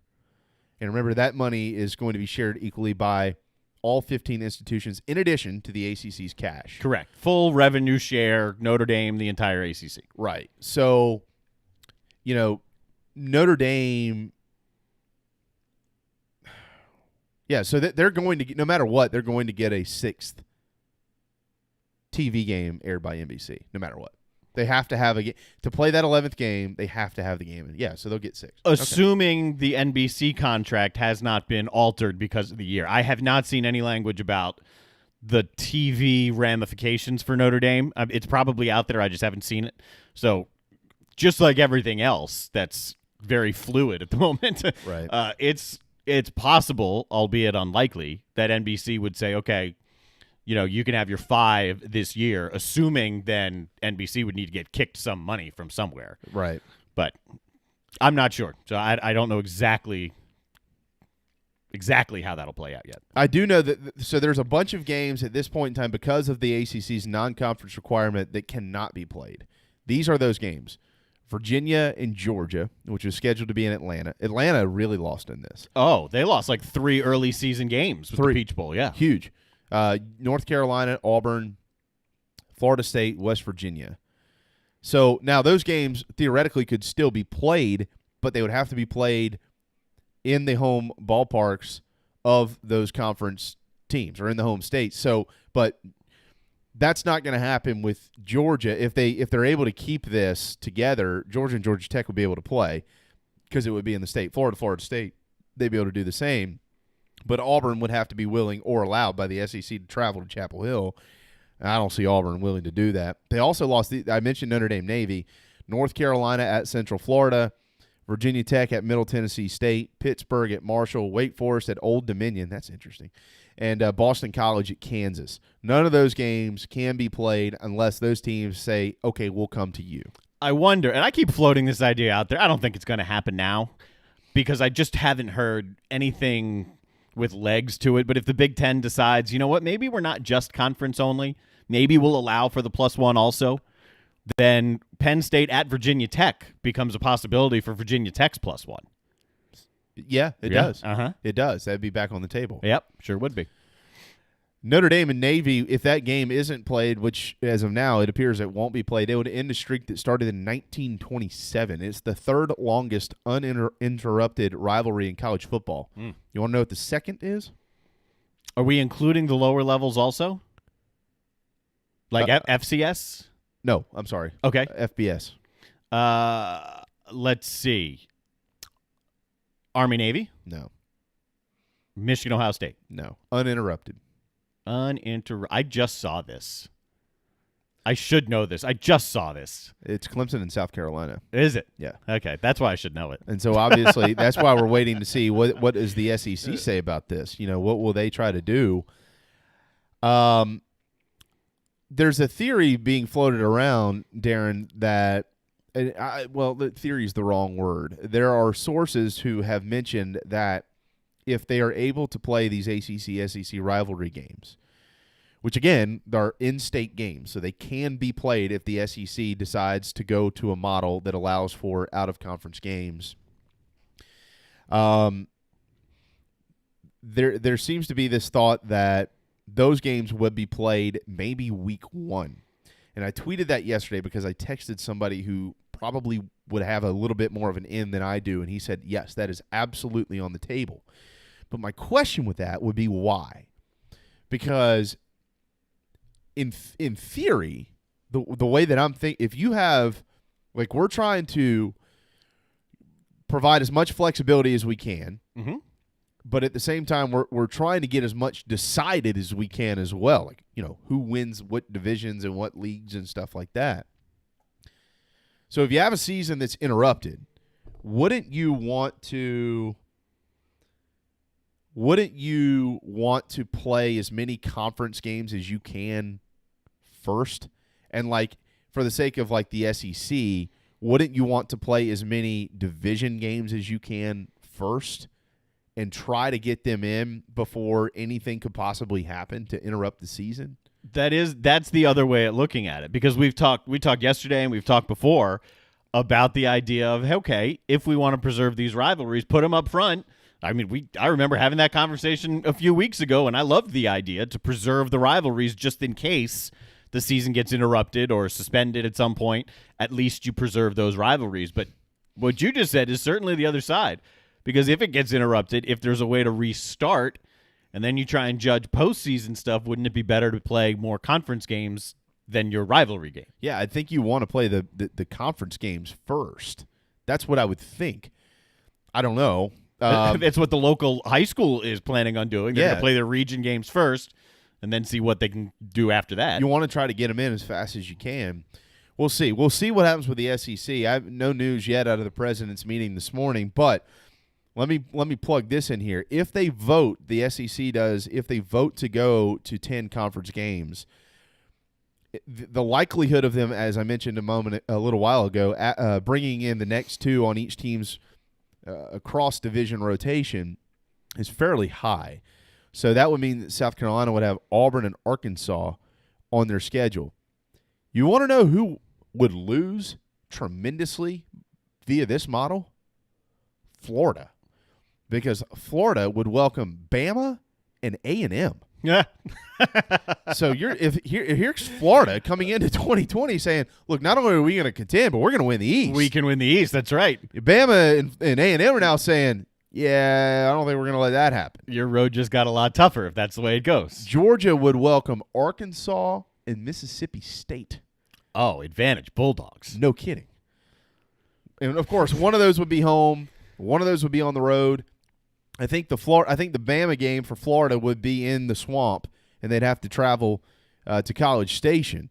But nonetheless, you would be adding I mean, I don't know of anybody in the country that would be adding a tougher slate of games. I mean, if you take Phil Steele's rankings here, you're talking about 2 of the top 5 teams in the nation all of a sudden shifting over to Florida's schedule. I think he's got Bama at 3 and A&M at 5, if I'm not mistaken, right? So he definitely had A&M higher than I've seen anybody have them. By the way, Alabama, of course, I just mentioned Florida. They would also add Vanderbilt. LSU, I'm giving you the notables out of the conference here if they went to this model. LSU would add Kentucky and Tennessee. I think they would go to Neyland. A&M, in addition to that Florida game, would add Missouri. And those seem to be the teams that most are focused on to maybe contend for the college football playoff to this point. But, again, South Carolina would be Auburn and Arkansas. So we'll see. I mean, we don't really know, but that would be floating around out there. But would you look, if you asked me, shifting back to the ACC here, if you asked me who's the winner in this new schedule, I honestly would say Clemson. You took it right out of my mouth. Absolutely, for what we just talked about. Clemson is the winner because if, as expected, Clemson goes, let's say, undefeated or 1 loss, their schedule is significantly better than it had been. And the talk of, wow, you didn't play anybody gets thrown out the window. Absolutely. It gets just totally out the window. Mm-hmm. It's an irrelevant conversation. If you ask me who the loser is, quite frankly, you could kind of say Clemson. It just depends on what angle you want to look at this from. I mean, I think they win more than anything, but the reason that I say that is because of how good they are. You know, if you take any other program in that conference and you just plug in Miami and Virginia Tech, 2 who are alongside North Carolina are expected to contend to win what was the Coastal Division, you would say, man, you really lost. You just added maybe 2 of the top 4 teams in the conference to your schedule. But Clemson can beat all these teams, and they can beat them hands down, no doubt about that. They did not get North Carolina, but they did play North Carolina last year. Of course, they escaped with that win. But outside of that, I would try to judge who's a loser based on who can contend with their schedule. Like, who were the contenders? So because of that, who is now losing because they draw on a tougher opponent? Is it Miami because Clemson was added to their schedule? I was going to put together a kind of like a notable game from the ACC schedule release yesterday, and then here's why I stopped because, well, there are a couple of teams that believe that they can compete, right? The Coastals had a different winner every year. So North Carolina, everybody's high on. Miami, people are high on. Virginia Tech could be a surprise team. That's what Phil Steele thinks. Certainly, Florida State, you can throw them into the mix. Clemson, Notre Dame, you could put them right into the mix. So there are basically half the league, 5-6 teams right now that can say we believe that we do have a shot at least to get to the ACC championship game. And then let's assume you run up against Clemson. So for all of them, those are the ones that you really have to look at whose road got tougher. And if you're the Tigers, if you take the viewpoint of, well, we're the loser, then your attitude is wrong, because right now the Tigers are. That's a good point. I mean, they're the cream of the crop, right? So you want to prove that. You want to go beat people. If you sit up there and say, "Oh, come on, you made our schedule tougher," you look weak, man. It's a bad look. Yeah, I don't know one Clemson fan that doesn't like this. I mean, most Tiger fans I know wanted to see more strength in their schedule anyways. Absolutely. They're tired of hearing it. They're tired of hearing it every year. Dabo's tired of saying how good the schedule is, and they play who they play, and they play what's in front of them. And everyone's tired of that whole thing. So here you go. Yeah, Grace Rayner said it perfectly earlier. You don't have to go through the spin and the spiel this year if you're Dabo Swinney now. Now you say, look, we draw Miami, we draw Florida State, Notre Dame, Virginia Tech. By the way, those 3 games are all on the road. We might end up having to play South Carolina at the end of the year, and everybody certainly expects the Gamecocks to be a little bit better here. So, yeah, I think Clemson wins. If I had to pick a loser, I'm leaning to Miami just because they're going to have to now travel to Clemson where they didn't have to do that before. You're going to have to travel maybe to the number 1 team in the country. I'm leaning towards them, but it also gives them an opportunity to kind of prove themselves with Derek King. I think that game's actually probably going to be a pretty good football game. I think Derek King can pose some problems for a lot of folks. We'll see, but he could. You can make the argument that Notre Dame is one of the big winners also, because who knows what that schedule was going to look like once everything was pieced together. And now they can, I mean, their road schedule isn't tough at all. They've got a couple of tough home games, but maybe it helps Notre Dame further their cause for the playoffs. Bruce Feldman just tweeted 20 minutes ago, and I know we got to go to break and get to Scott here, but this is really interesting. Not that I'm overly concerned about it, because I would like to think that the guidelines and protocols in place will protect players. But the total travel distance for ACC teams, he calculated all of this with the new schedule. Miami this year, to play their 10-game schedule, including games being played at home and on the road, they'll travel a total of 4,239 miles. That's not a lot. Well, the next closest is 3,886 miles for Pittsburgh. Clemson only 1,600 miles. Or actually 1,700, 1,699. So that's a benefit to Clemson. But, all of that is overstated, because once you're on the plane, you're on the plane. Well, once you're on the bus, you're on the bus. Well, that was my point. Like, it's not that big of a deal, but it's just interesting. That Miami. All right, so Miami's my loser. They have to travel 4,300 miles this year and go to Clemson included. But it's just interesting. People are going to look at that and go, he shouldn't be traveling with the COVID. They're chartered planes. I mean, if they're going to travel, there's no difference flying to Australia than it is flying down to Florida. That's true. Yeah, that's true. No, there's no 15-minute flight out there to go play a football game. So if you abide by the 15-minute rule, you're going to break it when you're on a plane. We got news for you. All righty then. It is Thursday.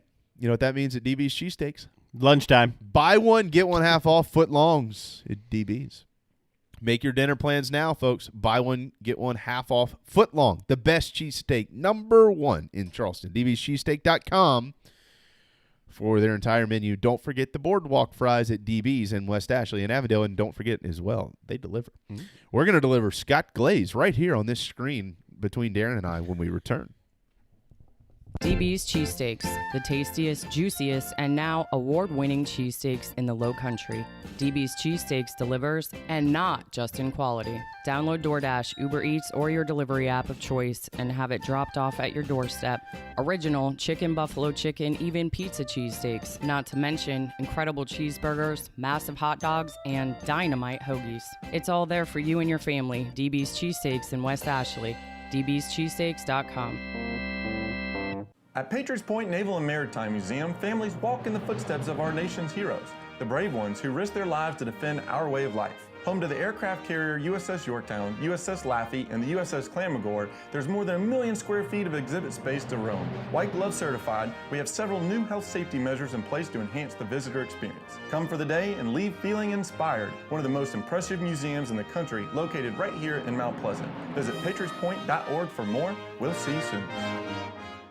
This is Scott Glaze, head golf professional at the links at Stono Ferry, located on the outskirts of Charleston, South Carolina. I'm inviting you to tee it up on one of the most scenic and challenging courses in the Low Country. Our back nine is highlighted with 3 holes that border the Intercoastal Waterway.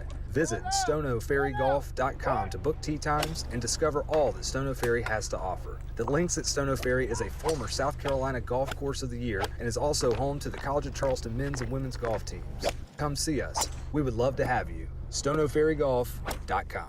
The Habbo radio station everyone loves. I love them a lot.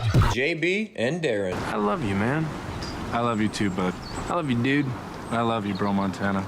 I love you, Holmes. I love you, Broseph Goebbels. I love you, Machacha. I love you, Tico Brohe. Okay. Let's continue here. On the JB and Goldwater Show. And I'll be your crying shoulder. All right, 135. Welcome back to the JB and Goldwater Show, live, loud, and online and on the screen. You can watch us every day from 12 to 2 on Facebook, YouTube, Twitter, and on Periscope. Just type in JB and Goldwater. You'll find us. All right, Scott Glaze, he's joining us from beautiful Hollywood, South Carolina, where he is the golf pro at the beautiful Stono Ferry Golf Course up there right on the banks of the Stono River. All right, Scotty, but look here. Before we get to golf, we got to get everybody's favorite segment. I should have been ready for that. Right. I was thinking It's my highlight of my week. Yeah, wow, that's a good week for you. This man. is a really good day. Yeah. It's a really good day. Dude, yesterday was chicken wing day. Yeah. It was. It's hard. I was subscribed to yesterday's day too. So Yeah. I'm interested to see if we can top it. Yeah, this is a good day too. Okay. All right. First of all, if you got anybody out there that you're not a big fan of, Scott, and you want to do something and get back at them and nobody know about it, happy National Whistleblower Day. Uh-huh. Ooh. All right. So, The NBA whistleblowing hotline. yeah. There you go. Whistleblower Day. All right, let me give a shout out to Larry and Laramie. That would be my father-in-law because it's National Father-in-Law Day. All right, Papa Bear. Hello, Larry and Laramie. Good luck to the Chicago Bears and Clemson Tigers for Papa Bear. Okay. Sorry, Jamie. Yeah, okay. We love our interns. Happy National Intern Day. JoJo's great. Yeah. Capers and Louise, they kill it for me at home. But the most important – I'm sorry, Larry. We already said the most important day. If you're a fan of food, these are the most important days today. Happy National Cheesecake Day. Yeah. Oh, yes. Yes. I'm in. No. Yes. All in on question. that. Yes.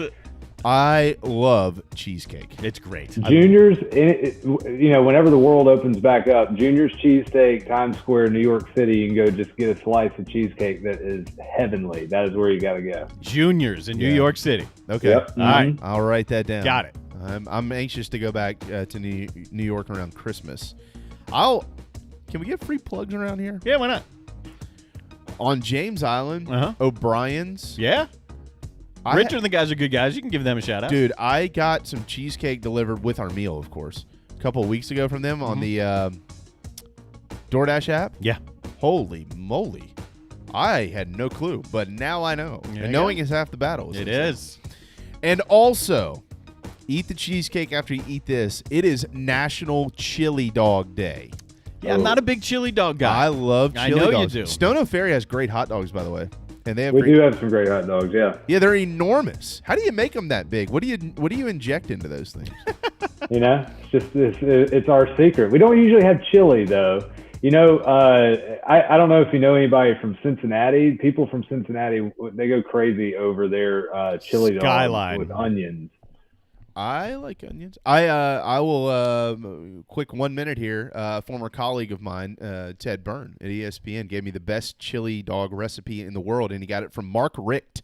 Yeah, that Mark Richt, football coach, where you put the dogs on the grill, and you want to slow cook them on the grill. Don't just try to heat them up and zap them. You want to keep them out there for a while, let them swell up in the whole 9 yards. Put them into the buns. The buns have the slit on the top, not the sideways buns. The slit on the top. Put them in. You got to make your homemade chili too. Whatever your homemade chili is, make your homemade chili. Put the chili on top of the dog. Put some shredded cheese on top, not the store-bought shredded cheese. Get the block, shred it yourself with the little shredder thing. Oh, wow. Sprinkle that on top. Put some onions on it if you'd like to. This is a hell of a lot of work to make a hot dog. That's a gourmet chili dog right there. Yeah. And then you put it in the oven and you put it on broil for about a minute, and let it. And by the way, you have to use a brush and brush on some melted butter on the top of the bun, and then you pull it out after a minute. It's stupid. He was right on. I did it. And that's the new trick at my house. I mean, wow. Capers and Louise, they love them too.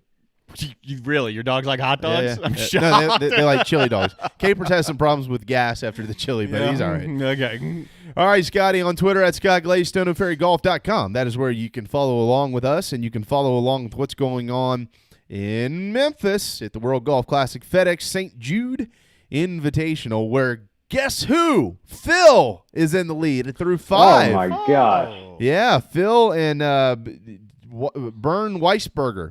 Both are at 2 under. There's a bunch at 1 under, but who cares? Lefty's up at the top currently in Memphis. He must like Memphis. I tell you, well, there's good music, good food. Memphis is a good place to be. 2 under through 5. This is interesting because it's something that I had in mind that Phil's former caddy, Bones Mackay, he's a analyst now for NBC. He is actually caddying for Justin Thomas this week. And next week at the PGA Championship. Justin Thomas's caddy, Jimmy Johnson, he's a veteran caddy on tour. He's caddied for Steve Stricker, Nick Price. He is caddying for Justin Thomas this week, which I think is a huge advantage for Justin Thomas. And as we have seen ever since Bones and Phil split, Phil's career hasn't been quite the same. So there's a lot to be said for having a good caddy. But for right now, 2 under through 5 for Phil. Kind of surprised to see that. But hey, there's still a lot of golf left to be played.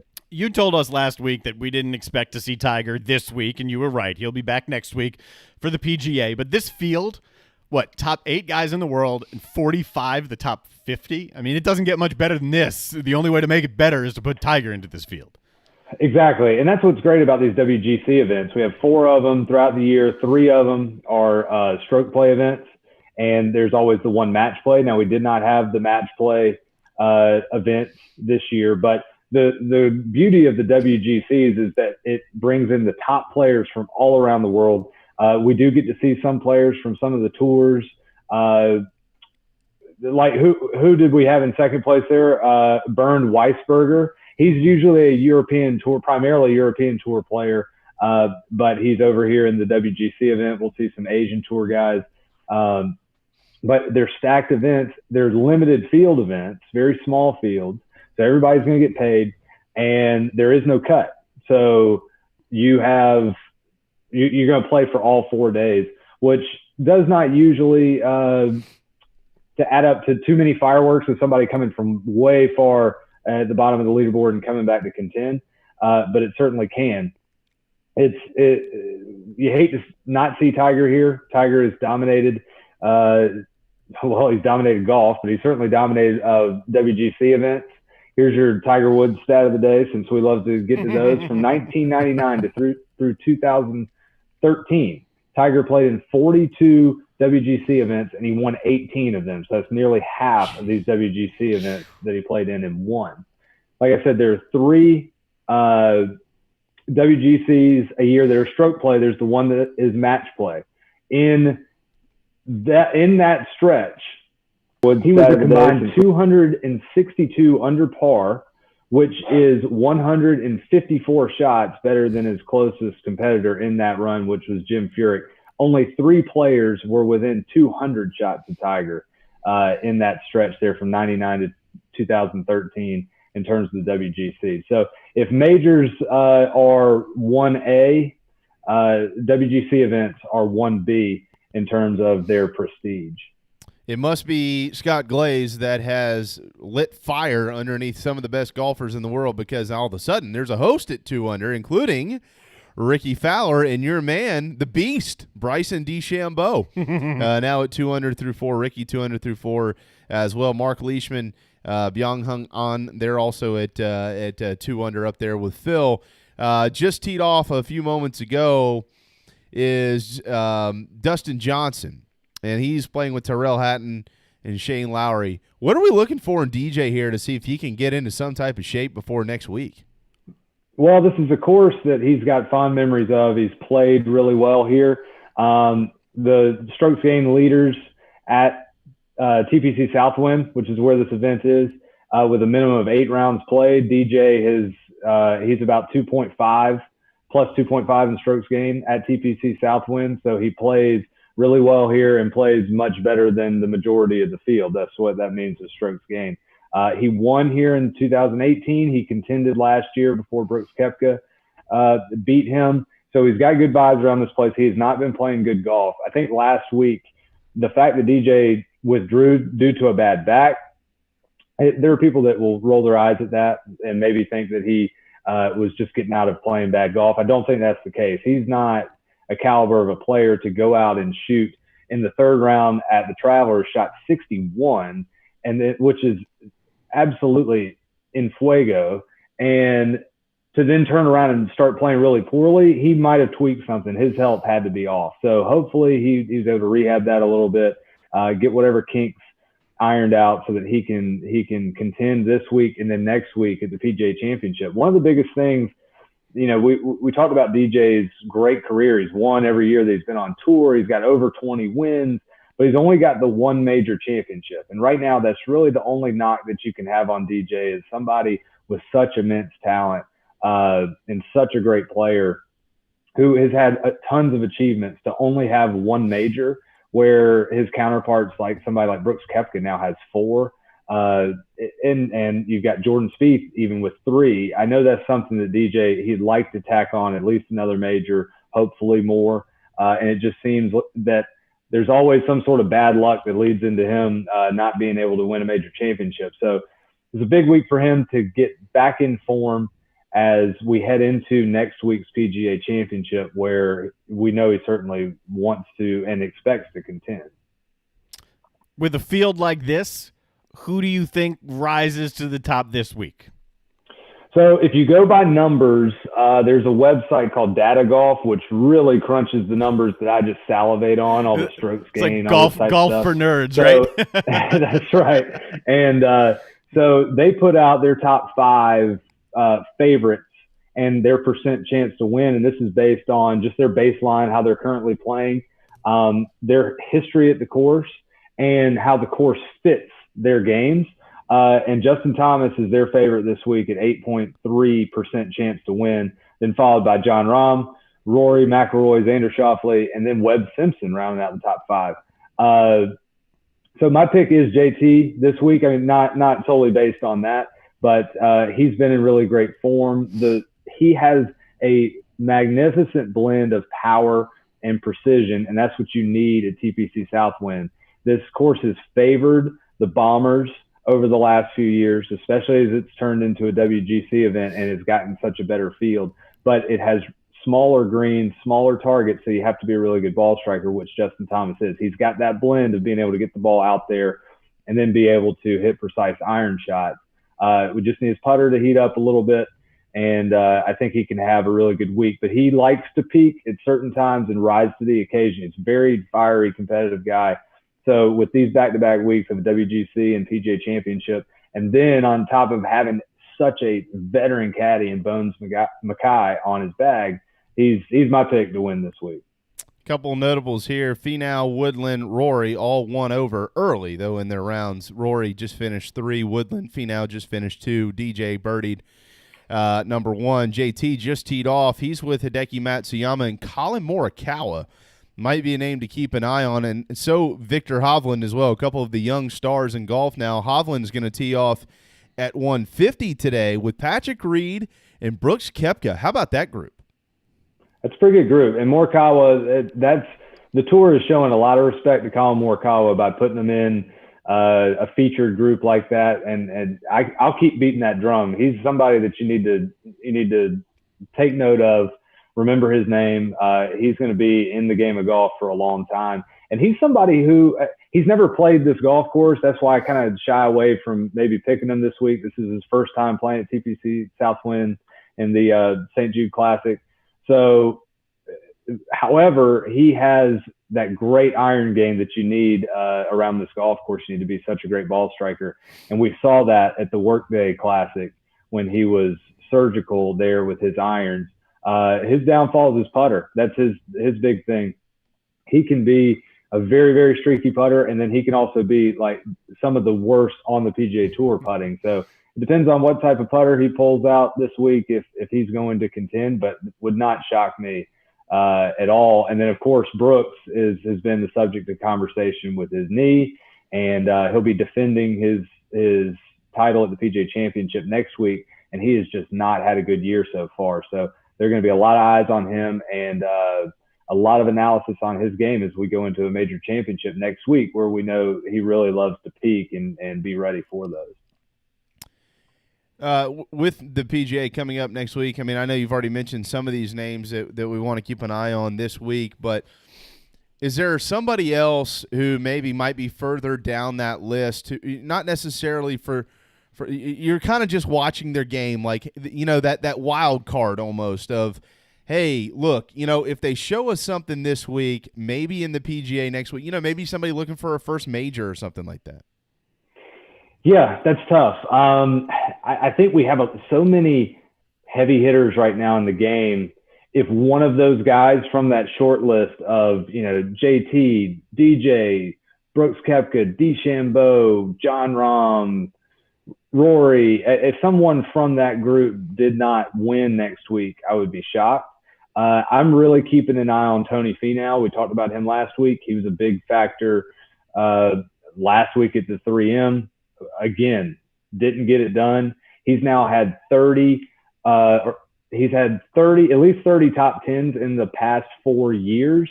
There have been 4 other players to do that in the last 4 years: Rory, Dustin Johnson, Justin Thomas, and John Rahm. Those guys have combined to win 29 times in the last 4 years.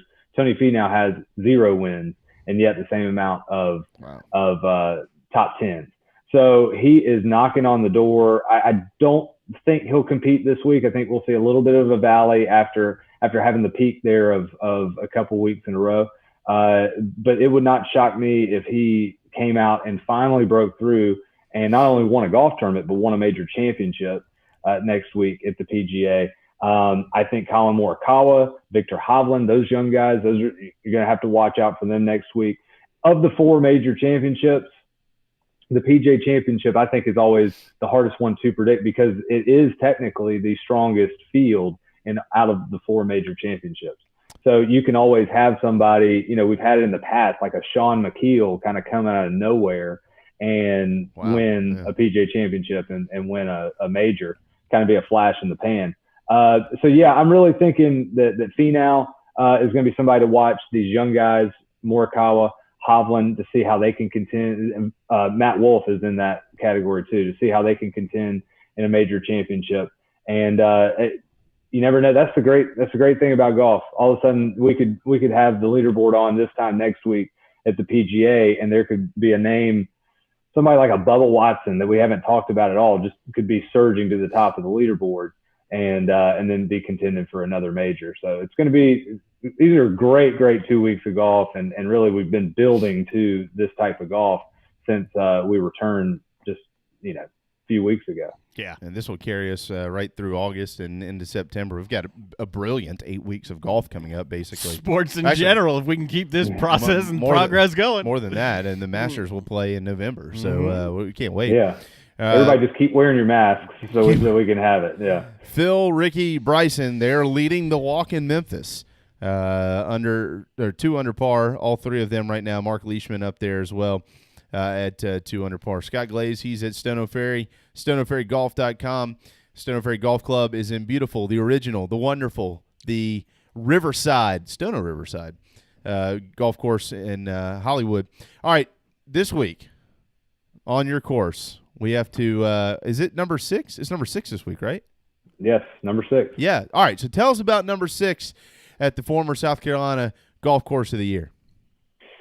Well, number 6 is named Jackson's Point from the back tee. Well, actually, to go back to that, in the Battle of Stono Ferry, which occurred in 1779, which is denoted in our logo, it was American Revolutionary War battle fought along these grounds, which I think is great. You can come now wage your own battle against your golf game. Your inner demons. In that battle, Andrew Jackson's brother, Hugh, was a casualty of the battle. Just a little tidbit there of the battle at Stono Ferry.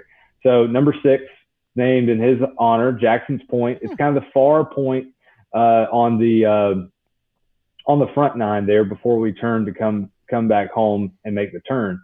It is a par 3. It is 205 yards from the back tee, and it is 89 yards from our forward tee. And like I said, we've got 9 tees once you take in tee combinations, so we can accommodate anyone's game. But from the tips, 205 yards, starts to stretch out. So you're going to be hitting a mid-iron into this green. It's not going to be a gimme by any means. Slightly downhill, and there are 3 small pot bunkers guarding the front right part of the green. The green bends from the front left around the back right, kind of a kidney shape. And so those bunkers protect that back right part of the green. Now, the green has a slope to it from right to left and then from back to front. The green is 31 yards deep and 28 yards wide. So if you hit a shot into the green, especially when they're playing firm, the ball likes to repel to the left. Well, over to the left is the marsh, which is a hazard. So if you pull the shot there, it can get repelled then into the penalty area. Then you're going to be dropping and hitting your third shot. So you have to hit a really well-struck mid to long iron for a lot of players. I've seen some players even having to pull out hybrids on this hole. Very difficult and not an incredibly receptive green to those shots. So you really need to, for me, I try to hit a big high fade in there to hold that green a little better. And then just take any type of 20, 30 footer that I may have, lag it up there, walk away with par. So par is a great score on number 6. And like I said, it's the kind of the farthest point away from the clubhouse on the front nine before we come back to the clubhouse to make the turn, and is really kind of starts a difficult couple hole stretch on our front nine. Yeah. Hey, you know what? I hit a shot at 6 one time that landed between those bunkers on the right, and somehow I don't know how this happened to this day because I couldn't see it. I didn't know where the ball went, and somehow came back onto the green and rolled to within about 6 inches of the cup. Oh wow! I have no idea to this day because generally, if it's going, it's gone. I mean, it's going to keep going. Well, that's what I love about that green is that the way it's pitched there, kind of right to left, back to front, you can hit a shot. There are several pins that you can hit a shot and the ball hits and you can see it start to funnel to the hole, and it gets really exciting as it gets closer. You think it might be going in. Yeah, absolutely. It almost did for me. It was amazing. Thinking like you hit a shot like the Tour Pros. I'm gonna tell you, if I hold that, that was it. I was done. I was going to the clubhouse, walking off to drink the rest of the day. Yeah, absolutely. That's right. Scott Glaze, StonoFerryGolf.com, on Twitter at Scott Glaze, and actually on Twitter also at Stono Ferry Golf, right? At Stono Ferry Golf. It's just at Stono Ferry, and if you do come check us out, we did get a new fleet of golf carts in yesterday, brand new. I mean, they are Cadillacs. We got GPS now in the cart, so when you come out, you've got an interactive touchscreen there in your cart that can give you all sorts of information about each hole. And about the golf course. That's a really cool new feature that we just added this week. That also means if you go out there and try to cut wheelies in the middle of the course, they can shut you down.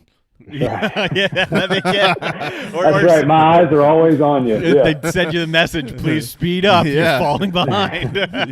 Scott's his own arm of the government.